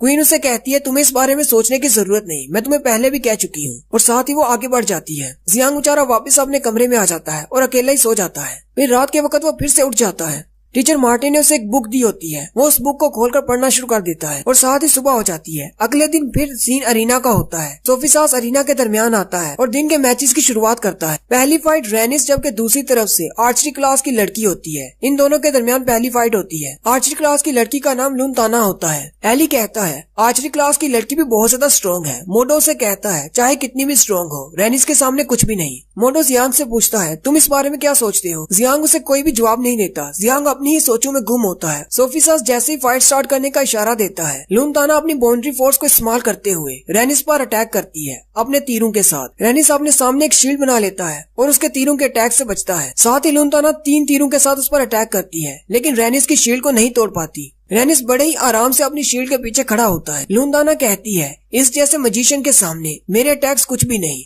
फिर वो रेनिस पर डायरेक्ट अटैक करने की बजाय ऊपर की तरफ अपने तीर को चलाती है और अपने तीर को अपनी बाउंड्री फोर्स से मल्टीप्लाई कर लेती है, जिससे हजारों की तादाद में तीर नीचे की तरफ गिरते हैं। लेकिन रेनिस अपने चारों तरफ एक शील्ड बना लेता है और अपने आप को प्रोटेक्ट करता है। लुन ताना उससे कहती है मेरे इतने ज्यादा तीरों की बारिश के सामने तुम्हारी शील्ड नहीं टिक पाएगी। और ऐसा ही होता है। रेनिस की शील्ड में क्रैक पड़ जाते हैं और उसकी शील्ड टूटना शुरू हो जाती है। लुन ताना भी खुश हो ही रही होती है कि रेनिस अपनी विंड पावर को इस्तेमाल करता है और एक बड़ा सा टोर्नेडो बना लेता है जिससे उसके तीर वापस जाकर गिरते हैं। लुन ताना कहती है मुझे अपनी फुल पावर इस्तेमाल करना होगी वरना मैं इसको नहीं हरा पाऊंगी। वो अपनी और भी ज्यादा बाउंड्री फोर्स को इस्तेमाल करती है और अपना स्पेशल मूव इस्तेमाल करती है जो कि एरो ऑफ डिस्ट्रक्शन होता है या फिर उसे आप तबाही का तीर भी कह सकते हैं। वो अपने तबाही के तीर को चलाती है। लुन ताना का तीर अरीना की मिट्टी को चीरता हुआ सीधा रेनिस की तरफ जाता है और सीधा जाकर रेनिस की बनाए हुए टोर्नेडो के साथ टकराता है। वहाँ पर एक बड़ा सा धमाका होता है। लुन ताना उसे कहती है मेरे टैग से तुम मरोगे तो नहीं, लेकिन तुम जख्मी तो जरूर हुए होगे। जैसे ही धुआं हटता है तो दिखाते हैं रेनिस के चेहरे पर एक छोटा सा स्क्रैच होता है। रेनिस लुनताना से कहता है, क्या तुमने अपना स्पेशल मूव इस्तेमाल कर लिया? वहाँ से धूल हटने के बाद दिखाते हैं रेनिस ने अपने पीछे मिट्टी का एक बड़ा सा बोल्डर रखा होता है जो कि वो शील्ड के तौर पर इस्तेमाल कर रहा होता है। लुनताना बहुत ज्यादा हैरान हो जाती है और कहती है, इसने मेरी स्ट्रॉन्गेस्ट एबिलिटी को ऐसे ही रोक दिया। रेनिस उसे कहता है, वैसे तो तुम बहुत ज्यादा स्ट्रॉन्ग हो, लेकिन तुम्हारी किस्मत खराब है जो पहले ही राउंड में तुम्हारा मुकाबला मुझसे है। लुनताना उसे कहती है, मैं अपना तबाही का तीर दोबारा इस्तेमाल करती हूँ, लेकिन उसी के साथ पूरे अरीना में बिजली महसूस होना शुरू हो जाती है क्योंकि रेनिस अपनी सबसे पावरफुल स्पेशल एबिलिटी इस्तेमाल करना शुरू कर देता है। सारे बच्चे भी देखा हैरान हो जाते हैं और कहते हैं, यहाँ पर हो क्या रहा है? मुझे इलेक्ट्रिसिटी क्यों महसूस हो रही है? रोना एसी से कहती है, क्या तुमने इसको ये मूव भी सिखा दिया? उसी वक्त अरीना के ऊपर आसमान में काले बादल छा जाते हैं जिनमें बिजली दौड़ रही होती है, जबकि वहीं से थोड़ी बहुत इलेक्ट्रिसिटी जमीन की तरफ भी आ रही होती है। लुनताना कहती है, मेरी पूरी बॉडी हिल भी नहीं पा रही। रेनिस की पावर तो बेशुमार है। रेनिस हवा में उड़ना शुरू कर देता है और इलेक्ट्रिसिटी को कंट्रोल करते हुए लुनताना से कहता है, तुम्हारी एबिलिटी अच्छी थी, तुमने उससे मुझे एक स्क्रैच भी दिया, लेकिन तुम मुझे हरा नहीं सकती,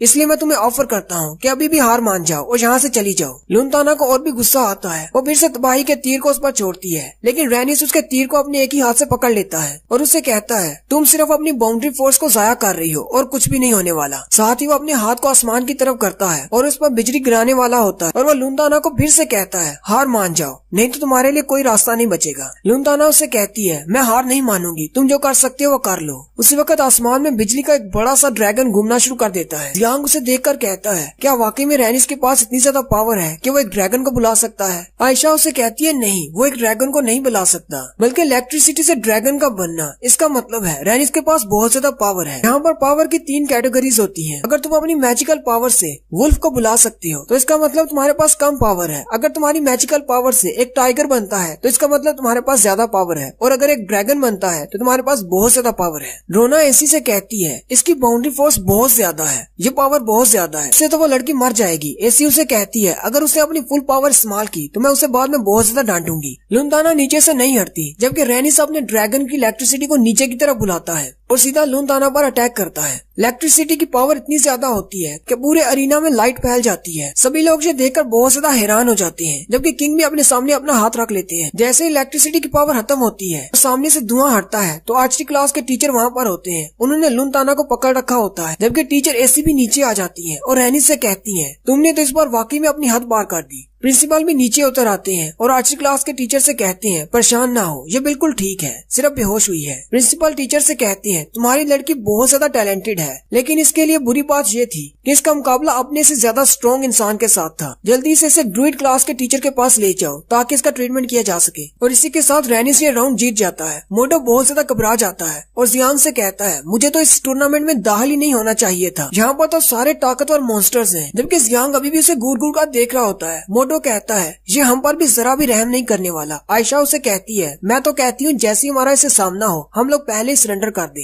जबकि एली बहुत ज्यादा खुश होता है और कहता है, मेरा मुकाबला अगर इसके साथ हो मुझे तो बहुत मजा आएगा। जियांग उसे कहता है, वो बहुत ज्यादा स्ट्रॉन्ग है और तुम भी बहुत ज्यादा स्ट्रॉन्ग हो, मुझे लगता है कि तुम दोनों एक दूसरे का मैच हो, लेकिन ये मत भूलना कि मैं भी इस मैच में शामिल हूँ। एली उसे कहता है, हाँ क्यों नहीं, मैं तुम्हारे लिए भी इजी नहीं होने वाला। उसी के साथ सोफी नेक्स्ट राउंड का ऐलान करता है। नेक्स्ट राउंड एली और पेस्ट्रो क्लास की लड़की के दरमियान होता है। पेस्ट्रो क्लास की लड़की का नाम एमरे होता है। मैच शुरू होते ही जियांग वहाँ से चला जाता है। मोटो जियांग से कहता है, क्या तुम एली की फाइट नहीं देखना चाहोगे? जियांग उसे कहता है, मुझे पता है एली ही जीतने वाला है। जबकि उसी वक्त फाइटिंग अरीना का सीन दिखाते हैं। एली जमीन पर पंचेस मार रहा होता है, लेकिन वो एमरे की तरफ नहीं जा पा रहा होता। वो एमरे से कहता है, आखिर मेरे अटैक्स तुम पर वर्क क्यों नहीं कर रहे? एमरे शर्माते हुए से कहती है, अब तुम एक लड़की को हिट तो नहीं कर सकते ना। असल में एमरे की यही स्पेशल पावर है कि वो अपने चार्म से किसी भी मर्द को अट्रैक्ट कर सकती है। उसी वक्त टीचर मार्टिन प्रिंसिपल के पास आते हैं और उसे कहते हैं, जियांग ने आपके पास भेजा है, वो आपसे मिलना चाहता है। प्रिंसिपल उसे कहते हैं, अच्छा ठीक है। जियांग बाहर खड़ा होता है। प्रिंसिपल उसके पास आते हैं और जियांग से कहते हैं, टीचर मार्टी ने बताया कि तुम मेरे साथ बात करना चाहते हो। जियांग प्रिंसिपल से कहता है, मैं आपको डिस्टर्ब तो नहीं करना चाहता था, लेकिन मुझे आपसे बात करनी है। प्रिंसिपल उसे कहते हैं, हाँ मैं ये बात जानता हूँ कि तुम्हें मुझसे कोई बात करनी है। और साथ ही वो एक मैजिक पोर्टल ओपन करते हैं और उसे कहते हैं, हम दोनों के बात करने के लिए ये जगह बिल्कुल भी ठीक नहीं, चलो कहीं और चलते हैं। फिर वो दोनों उस पोर्टल के जरिए अंदर चले जाते हैं। वो दोनों प्रिंसिपल के ऑफिस में चले जाते हैं। प्रिंसिपल अपनी कुर्सी पर बैठ जाते हैं और जियांग से कहते हैं, तुम भी बैठो। जियांग भी उनके सामने बैठ जाता है और यहीं पर हमारी 28वें एपिसोड का एंड होता है। एक्सप्लेनेशन अच्छी लगी हो तो कमेंट करके जरूर बताएं। चैनल को सब्सक्राइब कर दें, वीडियो को लाइक और शेयर कर दें। शुक्रिया। हेलो गाइस, कैसे हैं आप सब लोग। माय डीमन वाइफ के 29वें एपिसोड के साथ हाजिर हूँ। प्रिंसिपल और जियांग प्रिंसिपल के ऑफिस में चले जाते हैं। प्रिंसिपल जियांग से कहते हैं कुर्सी पर बैठ जाओ। जियांग बैठ जाता है। जियांग टीचर से पूछता है मेरे पास जो मैजिक स्क्रोल्स हैं जिनके जरिए मैं पत्थरों को बुलाता हूँ, क्या उनका मैजिक और आपका टेलीपोर्टेशन मैजिक जो आप इस्तेमाल करते हैं वो दोनों सेम है। प्रिंसिपल हंसते हुए से कहते हैं हाँ वो दोनों सेम है। अब ऐसा नहीं है कि वो सारे पेपर मैंने बनाए हैं, मैंने बस उनको फॉर्मेशन बनाना सिखा दी। अब वो टीचर्स खुद इन पेपर्स को बना सकते हैं, तुम्हें बस उनके ऊपर वो फॉर्मेशन ड्रा करनी है। और वो साथ ही जियांग से कहती हैं अगर तुम्हें पता है कि तुम्हें ये एम्बलम कैसे बनाना है तो तुम भी मैजिक यूज कर सकते हो। जियांग बहुत ज्यादा खुश हो जाता है और सोचता है ये आदमी तो बहुत ही अच्छा है, ये मुझे फ्री में मैजिक सिखा रहा है। साथ ही प्रिंसिपल उसका शुक्रिया अदा करते हैं। जियांग उसे कहता है क्या तुम मेरी सोच पढ़ रहे थे। प्रिंसिपल उसे कहते हैं हाँ मैंने तुम्हारी सोच पढ़ ली, पर मैंने जानबूझकर ऐसा नहीं किया। जब तुम मेरे लेवल तक पहुंच जाते हो, जब तुम बहुत ज्यादा स्ट्रॉन्ग हो जाते हो, तुम्हें अपने आप पता चल जाता है कि सामने वाला क्या सोच रहा है। इसीलिए तो मुझे लड़कियां पसंद नहीं करती, क्योंकि वो मुझे पहले ही पता चल जाता है कि उनके दिमाग में मेरे लिए क्या चल रहा है। जियांग उसे कहता है ये तो बहुत ही बुरी एबिलिटी हुई। प्रिंसिपल उसे कहते हैं तुम वो पहले शख्स हो जिसने कहा है कि ये एबिलिटी बहुत ही बुरी है, लेकिन मुझे लगता है कि बहुत सारे लोग इस एबिलिटी को हासिल करना चाहते हैं, खास तौर पर रिजेंट। वो मुझसे बहुत ज्यादा जलते हैं, मेरे सामने बात करने से भी डरती हैं, क्योंकि मैं पहले से जान लेता हूँ कि उनके दिमाग में क्या है। जियांग प्रिंसिपल से कहता है वो आपसे बात करने से इसलिए डरते हैं क्योंकि उनके दिमाग में बहुत ही गंदी सोचें हैं। वो नहीं चाहते कि आपको उन सब के बारे में पता चले, लेकिन मेरे पास ऐसा कुछ भी नहीं जो मैं छुपा सकूं। प्रिंसिपल जियांग से कहते हैं तुम तो बहुत ज्यादा इंटेलिजेंट हो। अच्छा तो काम की बात करते हैं, तुम यहाँ पर इसलिए आए हो ताकि तुम जान सको कि उस दिन जीबी और तुम्हारे साथ क्या हुआ था। प्रिंसिपल जियांग से कहते हैं मैं ये बात जानता हूँ कि तुम इस दुनिया से नहीं हो और तुम इस दुनिया से वापस अपनी दुनिया में जाना चाहते हो। जियांग सुनते ही उससे कहता है क्या तुम मुझे वापस भेज सकते हो। प्रिंसिपल उसे कहते हैं मैं सिर्फ अपनी बाउंड्री फोर्स से तुम्हें वापस नहीं भेज सकता। जियांग उसे कहता है क्या तुम मुझे वापस नहीं भेज सकते, लेकिन तुम्हारे पास तो बहुत ज्यादा पावर है। प्रिंसिपल उसे कहती हैं लेकिन तुम्हारे पास कोई ऐसी चीज है जिससे मैं तुम्हें वापस भेज सकता हूँ। उसी वक्त जियांग अपनी रिंग निकालता है और कहता है क्या इस रिंग की मदद से तुम मुझे वापस भेज सकते हो। प्रिंसिपल उसे कहते हैं तुम्हारी रिंग के ऊपर जो स्टोन लगा हुआ है इसको अल्टीमेट वर्ल्ड जेम कहते हैं। जब हमारी ये दुनिया बनाई गई थी तब ये 2 क्रिस्टल बनाए गए थे, जिनमें से एक तुम्हारे पास है और दूसरा डीमन क्वीन के पास है। प्रिंसिपल उसे कहते हैं इस जेम स्टोन के अंदर बहुत ज्यादा बाउंड्री फोर्स होती है। मुझे लगता है कि डीमन क्वीन ने तुम्हें समन करने के लिए बहुत ज्यादा बाउंड्री फोर्स का इस्तेमाल किया होगा, लेकिन अगर तुम वापस जाना चाहती हो तो मैं तुम्हारे इस क्रिस्टल को यूज करते हुए तुम्हें वापस तुम्हारी दुनिया में भेज सकता हूँ। जियांग प्रिंसिपल से कहता है क्या मैं अभी वापस जा सकता हूँ, लेकिन साथ ही वो फिर से उदास हो जाता है और कहता है नहीं मुझे अभी नहीं जाना। जियांग प्रिंसिपल से कहता है मेरी दुनिया में ये लफ्ज डीमन क्वीन बहुत ही बुरा समझा जाता है। डीमन क्वीन एक बहुत ही बुरी औरत होती है, लेकिन जब से मैं यहाँ पर आया हूँ मैंने देखा है कि यहाँ की डीमन क्वीन इतनी बुरी नहीं, वो तो बहुत ही अच्छी है, बहुत ही जेनरस है। उसने बहुत बार मेरी जान बचाई है और इसके अलावा मैंने उससे वादा किया था कि मैं उसे डीमन ट्राइब में वापस भेज कर रहूंगा, और जब तक वो अपने कबीले की क्वीन नहीं बन जाती मैं उसे अकेला छोड़कर अपनी दुनिया में वापस नहीं जा सकता।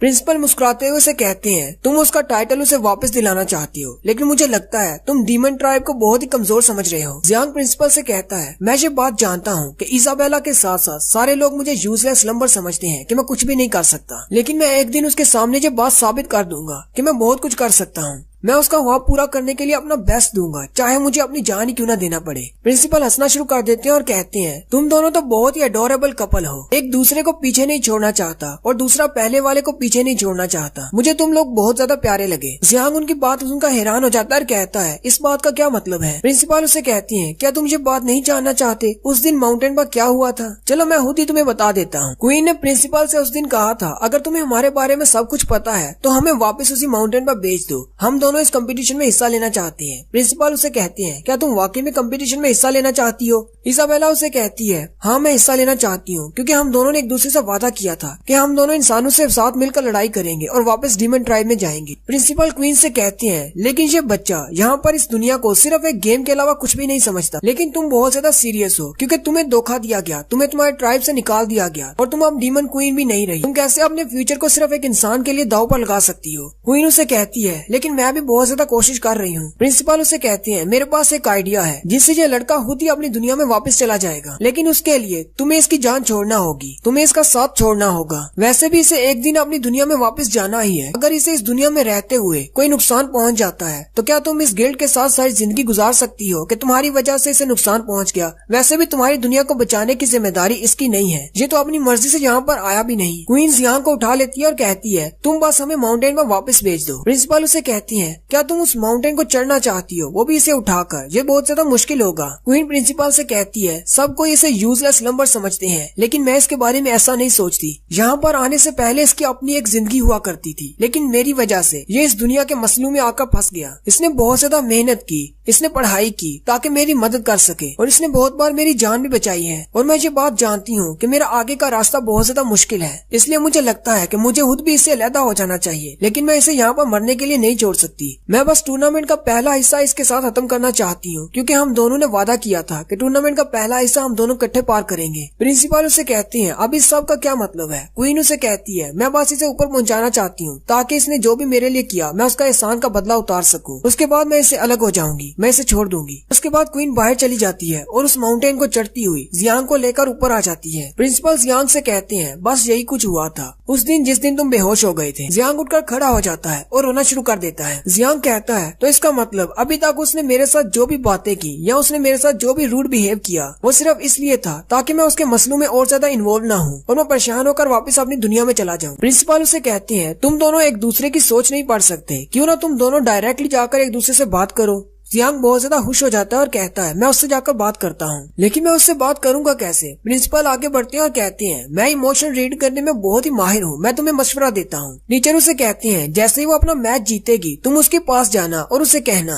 मैं तुम्हें और तुम्हारे फ्यूचर तुम दोनों को प्रोटेक्ट करूंगा, इससे वो फ्लैट हो जाएगी। जियांग ये सुनकर शर्माना शुरू कर देता है और कहता है, ये तो बहुत ही अच्छा आइडिया है। साथ ही प्रिंसिपल को कुछ महसूस होता है और प्रिंसिपल उसे कहते हैं, चलो वापस चले। वो दोनों टेलीपोर्ट होकर जैसे ही वापस आते हैं तो सामने अरीना में बूनो मूडो को बहुत ज्यादा पीट रहा होता है। मूडो की हालत बहुत ज्यादा खराब होती है और वो बस मरने ही वाला होता है, लेकिन बूनो उसे अभी भी बहुत ज्यादा पीट रहा होता है। प्रिंसिपल जल्दी से आगे बढ़ते हैं और मूडो को पकड़ लेते हैं और बूनो से कहते हैं, तुम मुझे बिल्कुल भी ठीक नहीं कर रहे, तुम्हें पता है कि ये हार मान चुका है और ये मरने वाला है। और यहीं पर इनकी गेम का एंड कर देते हैं और बूनो जीत जाता है, जबकि मोडो को मेडिकल टीम उठाकर ले जाती है। जियांग मोडो के पास आता है। मोडो जियांग से कहता है, मैं जरा भी पीछे नहीं हटा, मैं जरा भी नहीं डरा। जियांग मोडो से कहता है, तुमने बहुत ही अच्छा परफॉर्म किया। उसी वक्त मोडो के मुंह से और भी ब्लड निकलना शुरू हो जाता है। मेडिकल टीम उसे ले जाती है और वो उन सबको वहीं पर रोक देते हैं और कहती है, इसकी हमें सर्जरी करना होगी, तुम लोग यहीं पर रुको, कोई भी अंदर नहीं आ सकता। जियांग से देखकर और भी ज्यादा गुस्सा हो जाता है, जबकि क्वीन जियांग के लिए और भी ज्यादा परेशान हो जाती है। ये सारे बहुत ज्यादा स्ट्रॉन्ग है, कहीं जियांग को इनकी वजह से नुकसान न पहुंच जाए। जियांग उनसे कहता है, मैं तो अभी थोड़ी देर के लिए गया था, इतनी जल्दी मैचेस कैसे खत्म हो गए? मूडो की बारी भी आ गई। एली उसे बताता है कि मेरी फाइट बहुत ही जल्दी खत्म हो गई थी जब तुम यहाँ से चले गए। और उसके बाद आयशा और एबिली की फाइट हुई थी।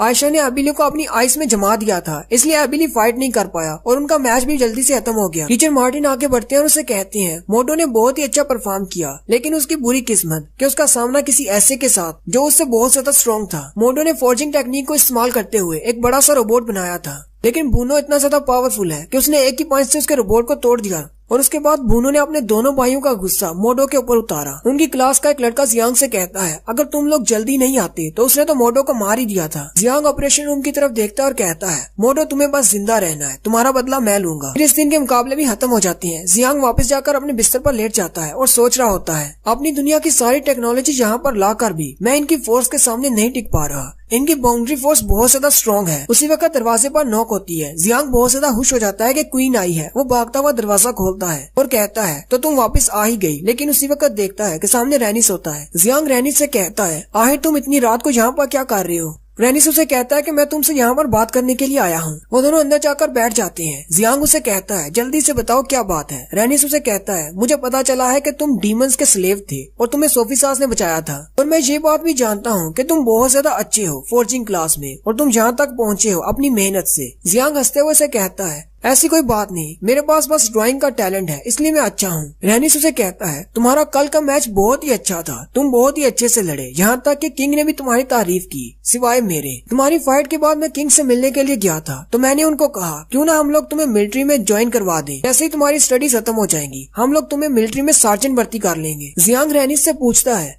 इन दोनों में से कौन ज्यादा हायर कमांड है, मेजर या फिर सार्जेंट? रेनिस उसे कहता है जाहिर सी बात है, मेजर के पास ज्यादा अथॉरिटीज होती हैं। जियांग सोचता है ये इस कंपटीशन को जीतकर पहले नंबर पर आएगा और इसे मेजर की सीट मिलेगी। जियांग रेनिस से कहता है अब ये तो नहीं चलेगा, तुम्हें सार्जेंट की बजाय मेरे लिए भी मेजर का टाइटल चुनना होगा। किंग से कहो कि मुझे भी मेजर बनना है। रेनिस हंसते हुए से कहता है तुम तो बहुत ज्यादा लालची हो। रेनिस उसे कहता है लेकिन मेजर की सीट तो पहले से बुक हो चुकी है। जियांग उसे कहता है ये तो टूर्नामेंट के बाद ही पता चलेगा कि कौन मेजर बनने वाला है, तुम्हें टेंशन लेने की जरूरत नहीं, मेजर तो मैं ही बनूंगा। और यहीं पर हमारी 29 एपिसोड का एंड होता है। एक्सप्लेनेशन अच्छी लगी हो तो कमेंट करके जरूर बताएं। चैनल को सब्सक्राइब कर दें, वीडियो को लाइक और शेयर कर दें। शुक्रिया। हेलो गाइस, कैसे हैं आप सब लोग। माय डीमन वाइफ की 30वीं एपिसोड के साथ हाजिर हूँ। लास्ट एपिसोड के एंड पे हमने देखा था कि रात के वक्त जियांग के पास रेनिस आता है और उसे कहता है पहली पोजीशन मेरी है, इसलिए मैं आर्मी में मेजर बनूंगा, तुम्हें सार्जेंट के लिए रिकमेंड किया है। जियांग उसे कहता है नहीं, टूर्नामेंट तो मैं ही जीतूंगा और मेजर भी मैं ही बनूंगा। रेनिस जियांग से कहता है मेजर बनने का एक फायदा है कि तुम अपनी मर्जी से इस शहर को छोड़कर बाहर जा सकती हो, लेकिन एक नुकसान भी है कि तुम्हें हर वक्त फाइट के लिए तैयार रहना होगा। तुम सिर्फ फौजी क्लास से हो, तुम हर वक्त फाइट के लिए तैयार कैसे रह सकते हो, इसलिए इस पोजीशन को छोड़ दो और मुझे मेजर बनने दो। वैसे भी तुम्हारी क्लास वाले बैटल्स में हिस्सा नहीं ले सकते क्योंकि तुम लोग फाइटर्स नहीं हो, इसलिए मेरी डील तुम्हारे लिए बिल्कुल ठीक है। हम लोग तुम्हारे लिए एक नई स्क्वाड बनाएंगे और तुम्हें उसका लीडर भी बना देंगे। जियांग उसकी बात सुनकर गुस्सा हो जाता है और चिल्लाकर उससे कहता है तुम्हें ऐसा क्यों लगता है कि फौजी क्लास वाले फाइट नहीं कर सकते? क्या तुम्हें मेरी एबिलिटीज पर कोई शक है? क्या मैंने तुमसे कहा कि मुझे तुमसे कोई डील चाहिए? रेनिस उसे कहता है मैं तो बहुत ज्यादा अच्छा हूँ, इसलिए तुम्हारे लिए ये प्रपोजल लेकर आया था। अगर तुम मेरी डील मान लेते हो तो ये तुम्हारे लिए अच्छा होगा,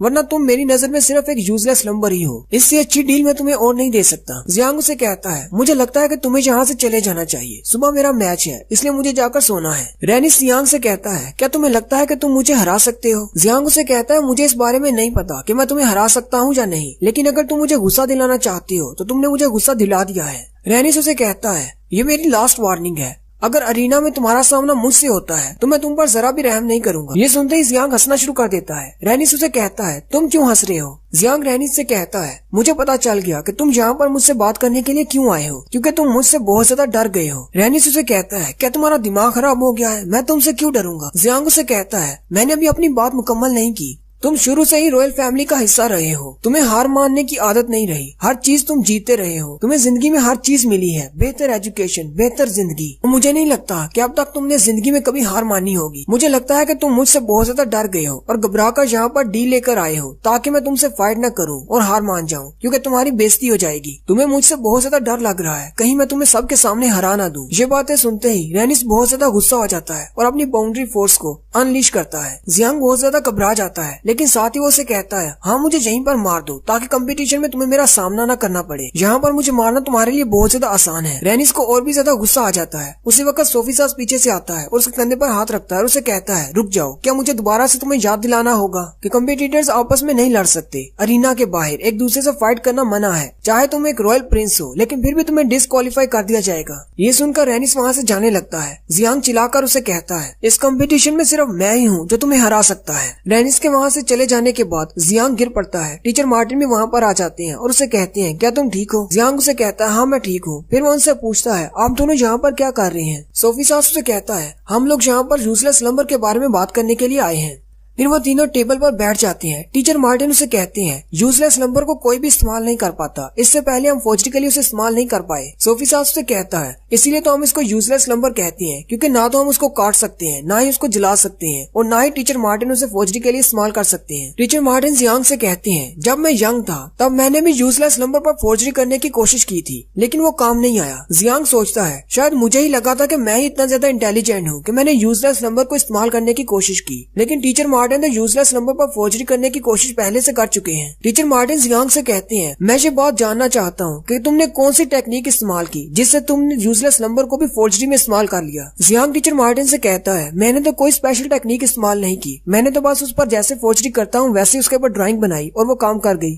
टीचर मार्टिन बहुत ज्यादा हैरान हो जाते हैं और उसे कहते हैं, क्या तुमने सिर्फ ऐसे ही उसको इस्तेमाल कर लिया? जियांग उनसे कहता है, तो क्या इसमें कोई उनकी खास बात है? सोफी सास जियांग से कहता है, यूजलेस नंबर के बारे में बहुत सारी कहानियां हैं, जिनमें से एक कहानी ये है कि जब इस दुनिया को बनाया गया था तो इस दुनिया को बनाने वाले ने अपनी बहुत सारी एनर्जी को इस्तेमाल करके इस दुनिया के सारे इंसानों और जानवरों को बना दिया और उसके बाद वो वापस चला गया। लेकिन वो जिस कश्ती पर आया था वो कश्ती यहीं पर रह गई और उसी के टुकड़े इस जमीन पर गिरे, जिसकी वजह से यह यूजलेस नंबर बन गया। जबकि वो दुनिया को बनाने वाला किसी दूसरी जगह पर आराम करने के लिए चला गया ताकि उसकी एनर्जी रिकवर हो सके। और एक कहानी ये भी है कि यूजलेस नंबर को सिर्फ वही इस्तेमाल कर सकता है जिसने इस दुनिया को बनाया था। टीचर मार्टिन जियांग को घूर घूर कर देखते हैं और कहती हैं, कहीं तुम वही तो नहीं? टीचर मार्टिन जियांग को ऊपर से नीचे से हर तरफ से चेक करते हैं और कहती हैं, इसकी पावर्स तो बिल्कुल वैसी ही हैं। जियांग टीचर मार्टिन से कहता है, मुझे नहीं पता, ना ही मैंने कोई स्पेशल टेक्निक इस्तेमाल की, मैंने तो बस उसको ट्राई करने की कोशिश की और वो इस्तेमाल हो गया। सोफी सास टीचर मार्टिन से पूछता है, जब तुम ड्वार्फ्स के साथ फोर्जिंग सीख रहे थे तब तुमने कहीं ऐसा तो नहीं सुना कि डीमन ट्राइब वाले भी फोर्जिंग कर सकते हैं? टीचर मार्टिन सोफी सास को बताते हैं, मैंने ऐसा कभी नहीं सुना, हमें बस इतना पता है कि डीमन ट्राइब्स वाले बहुत ज्यादा पावरफुल है और वो सिर्फ अपनी डार्क मैजिक पर ही भरोसा करते हैं, उन्हें फोर्जिंग की टेक्निक नहीं आती। टीचर मार्टिन कहते हैं, अगर जियांग यूजलेस नंबर को इस्तेमाल कर सकता है तो मुझे लगता है शायद ये रेनिस को भी हरा सके। जियांग टीचर मार्टिन से कहता है, शायद की कोई जगह नहीं, मैं उसको जरूर हरा दूंगा। सोफी सास जियांग से कहता है, ये तो बहुत ही अच्छी बात है कि तुम्हारे अंदर बहुत ज्यादा कॉन्फिडेंस आ गया है, लेकिन मैं तुम्हें एक बात बता दूं, अगर हम लोग यहाँ पर नहीं आते तो तुम रेनिस के हाथों अभी तक मारे जा चुके होते। जियांग सोफी सास से कहता है, लेकिन मैं उसको जरूर हरा दूंगा जब अगली बार हम लोग अरीना में मिलेंगे।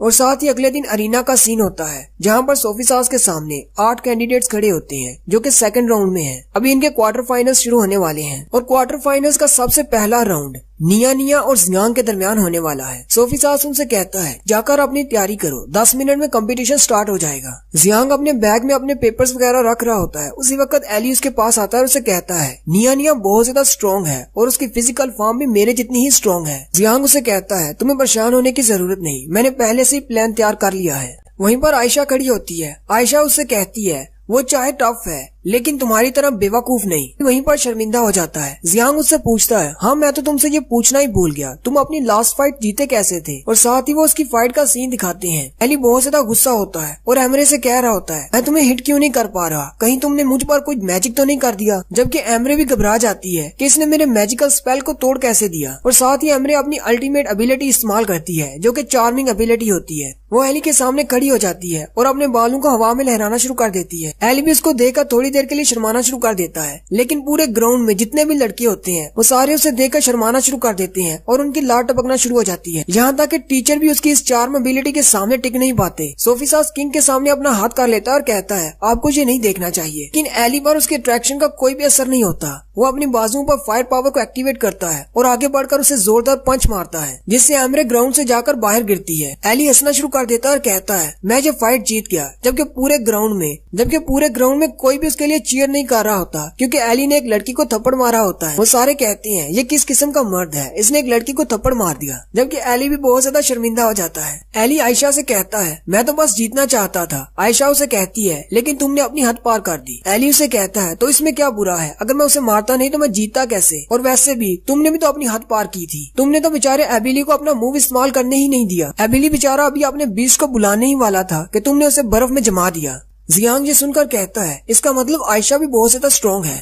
10 मिनट गुजरने के बाद सोफी सास ग्राउंड में आ जाता है और कहता है, दोनों बच्चे ग्राउंड में आ जाएं। जियांग जैसे ग्राउंड में आता है, लोग बातें करना शुरू कर देते हैं। ये वाला राउंड बहुत ही मजेदार होने वाला है। शेफ क्लास का लड़का बहुत ज्यादा पावरफुल है, जबकि फोर्जिंग क्लास का लड़का भी कुछ कम नहीं। इसने एक प्रिंस को हराया है। पता नहीं इस बार ये कौन सी नई टेक्निक लेकर आएगा, हमें तो नई मशीन्स देखने की आदत हो गई है। साथ ही उन दोनों के दरमियान फाइट स्टार्ट होती है। निया जियांग से कहता है, मुझे नहीं लगा था कि क्वार्टर फाइनल्स में मेरा सामना तुमसे होगा, लेकिन एक कंपटीशन तो कंपटीशन है, हमें फाइट करना होगी। जियांग उसे कहता है, तो चलो फिर शुरू करते हैं। निया शुरू करता है और अपनी मैजिकल पावर से एक फ्राई पैन बनाता है और उसे जियांग की तरफ फेंकता है। जियांग अपने पैन को जमीन पर मारता है और सामने से एक शील्ड खड़ी कर लेता है, जबकि उसी वक्त निया घूमकर उसके पीछे आ जाता है और एक और दूसरे फ्राई पैन से उसके सर में मारने लगता है। उसी वक्त जियांग अपने पैन पर लगे हुए एक क्रिस्टल को दबाता है, जिससे जियांग के पीछे एक फॉर्मेशन ओपन होती है।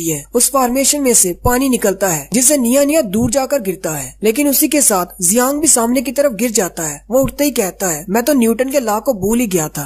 निया बहुत ज्यादा परेशान हो जाता है और कहता है ये मैजिक कैसे इस्तेमाल कर सकता है, ये तो वाटर मैजिक था। जियांग उठकर बैठ जाता है और उसे कहता है हाँ ये वाटर मैजिक था, अब मैं तुम्हें मैजिक से हराऊंगा। टीचर एसी भी ये देखकर बहुत ज्यादा हैरान हो जाती है और कहती है आखिर ये यूजलेस नंबर मैजिक कैसे इस्तेमाल कर सकता है, जबकि बूनो भी कह रहा होता है ये तो बस एक यूजलेस नंबर था, इसे मैजिक इस्तेमाल करना कैसे आ गया। निया उससे कहता है क्या अभी तुमने एक मैजिकल फॉर्मेशन इस्तेमाल की वाटर मैजिक इस्तेमाल करने के लिए। जियांग उसे कहता है हाँ बिल्कुल, मैंने अभी मैजिकल फॉर्मेशन इस्तेमाल की वाटर मैजिक इस्तेमाल करने के लिए। टीचर ऐसी सीधी टीचर मार्टिन के पास आती है और उसे कहती है जियांग तो यूजलेस नंबर था, आखिर वो मैजिक कैसे इस्तेमाल कर सकता है। टीचर मार्टिन एसी से कहती है क्या तुम्हें याद है कुछ सालों पहले तुमने मुझे कुछ मैजिकल बुक्स दी थी। एसी साथ ही शर्माना शुरू कर देती है और उसे कहती है हाँ मुझे याद है, तब तुम बहुत ज्यादा हैंडसम हुआ करते थे। टीचर मार्टिन एसी से कहती है मुझे पता चला है कि अगर हम मैजिकल फॉर्मेशन बना लेते हैं तो हम अपने क्रिस्टल्स को इस्तेमाल करते हुए उस मैजिक को हार्नेस कर सकते हैं, यानी कि इन क्रिस्टल्स की मदद से कोई भी यूजलेस नंबर भी मैजिक इस्तेमाल कर सकता है अगर उसे फॉर्मेशन बनानी आती है। और पिछली रात मैं और सोफी साथ जियांग से मिलने के लिए गए थे,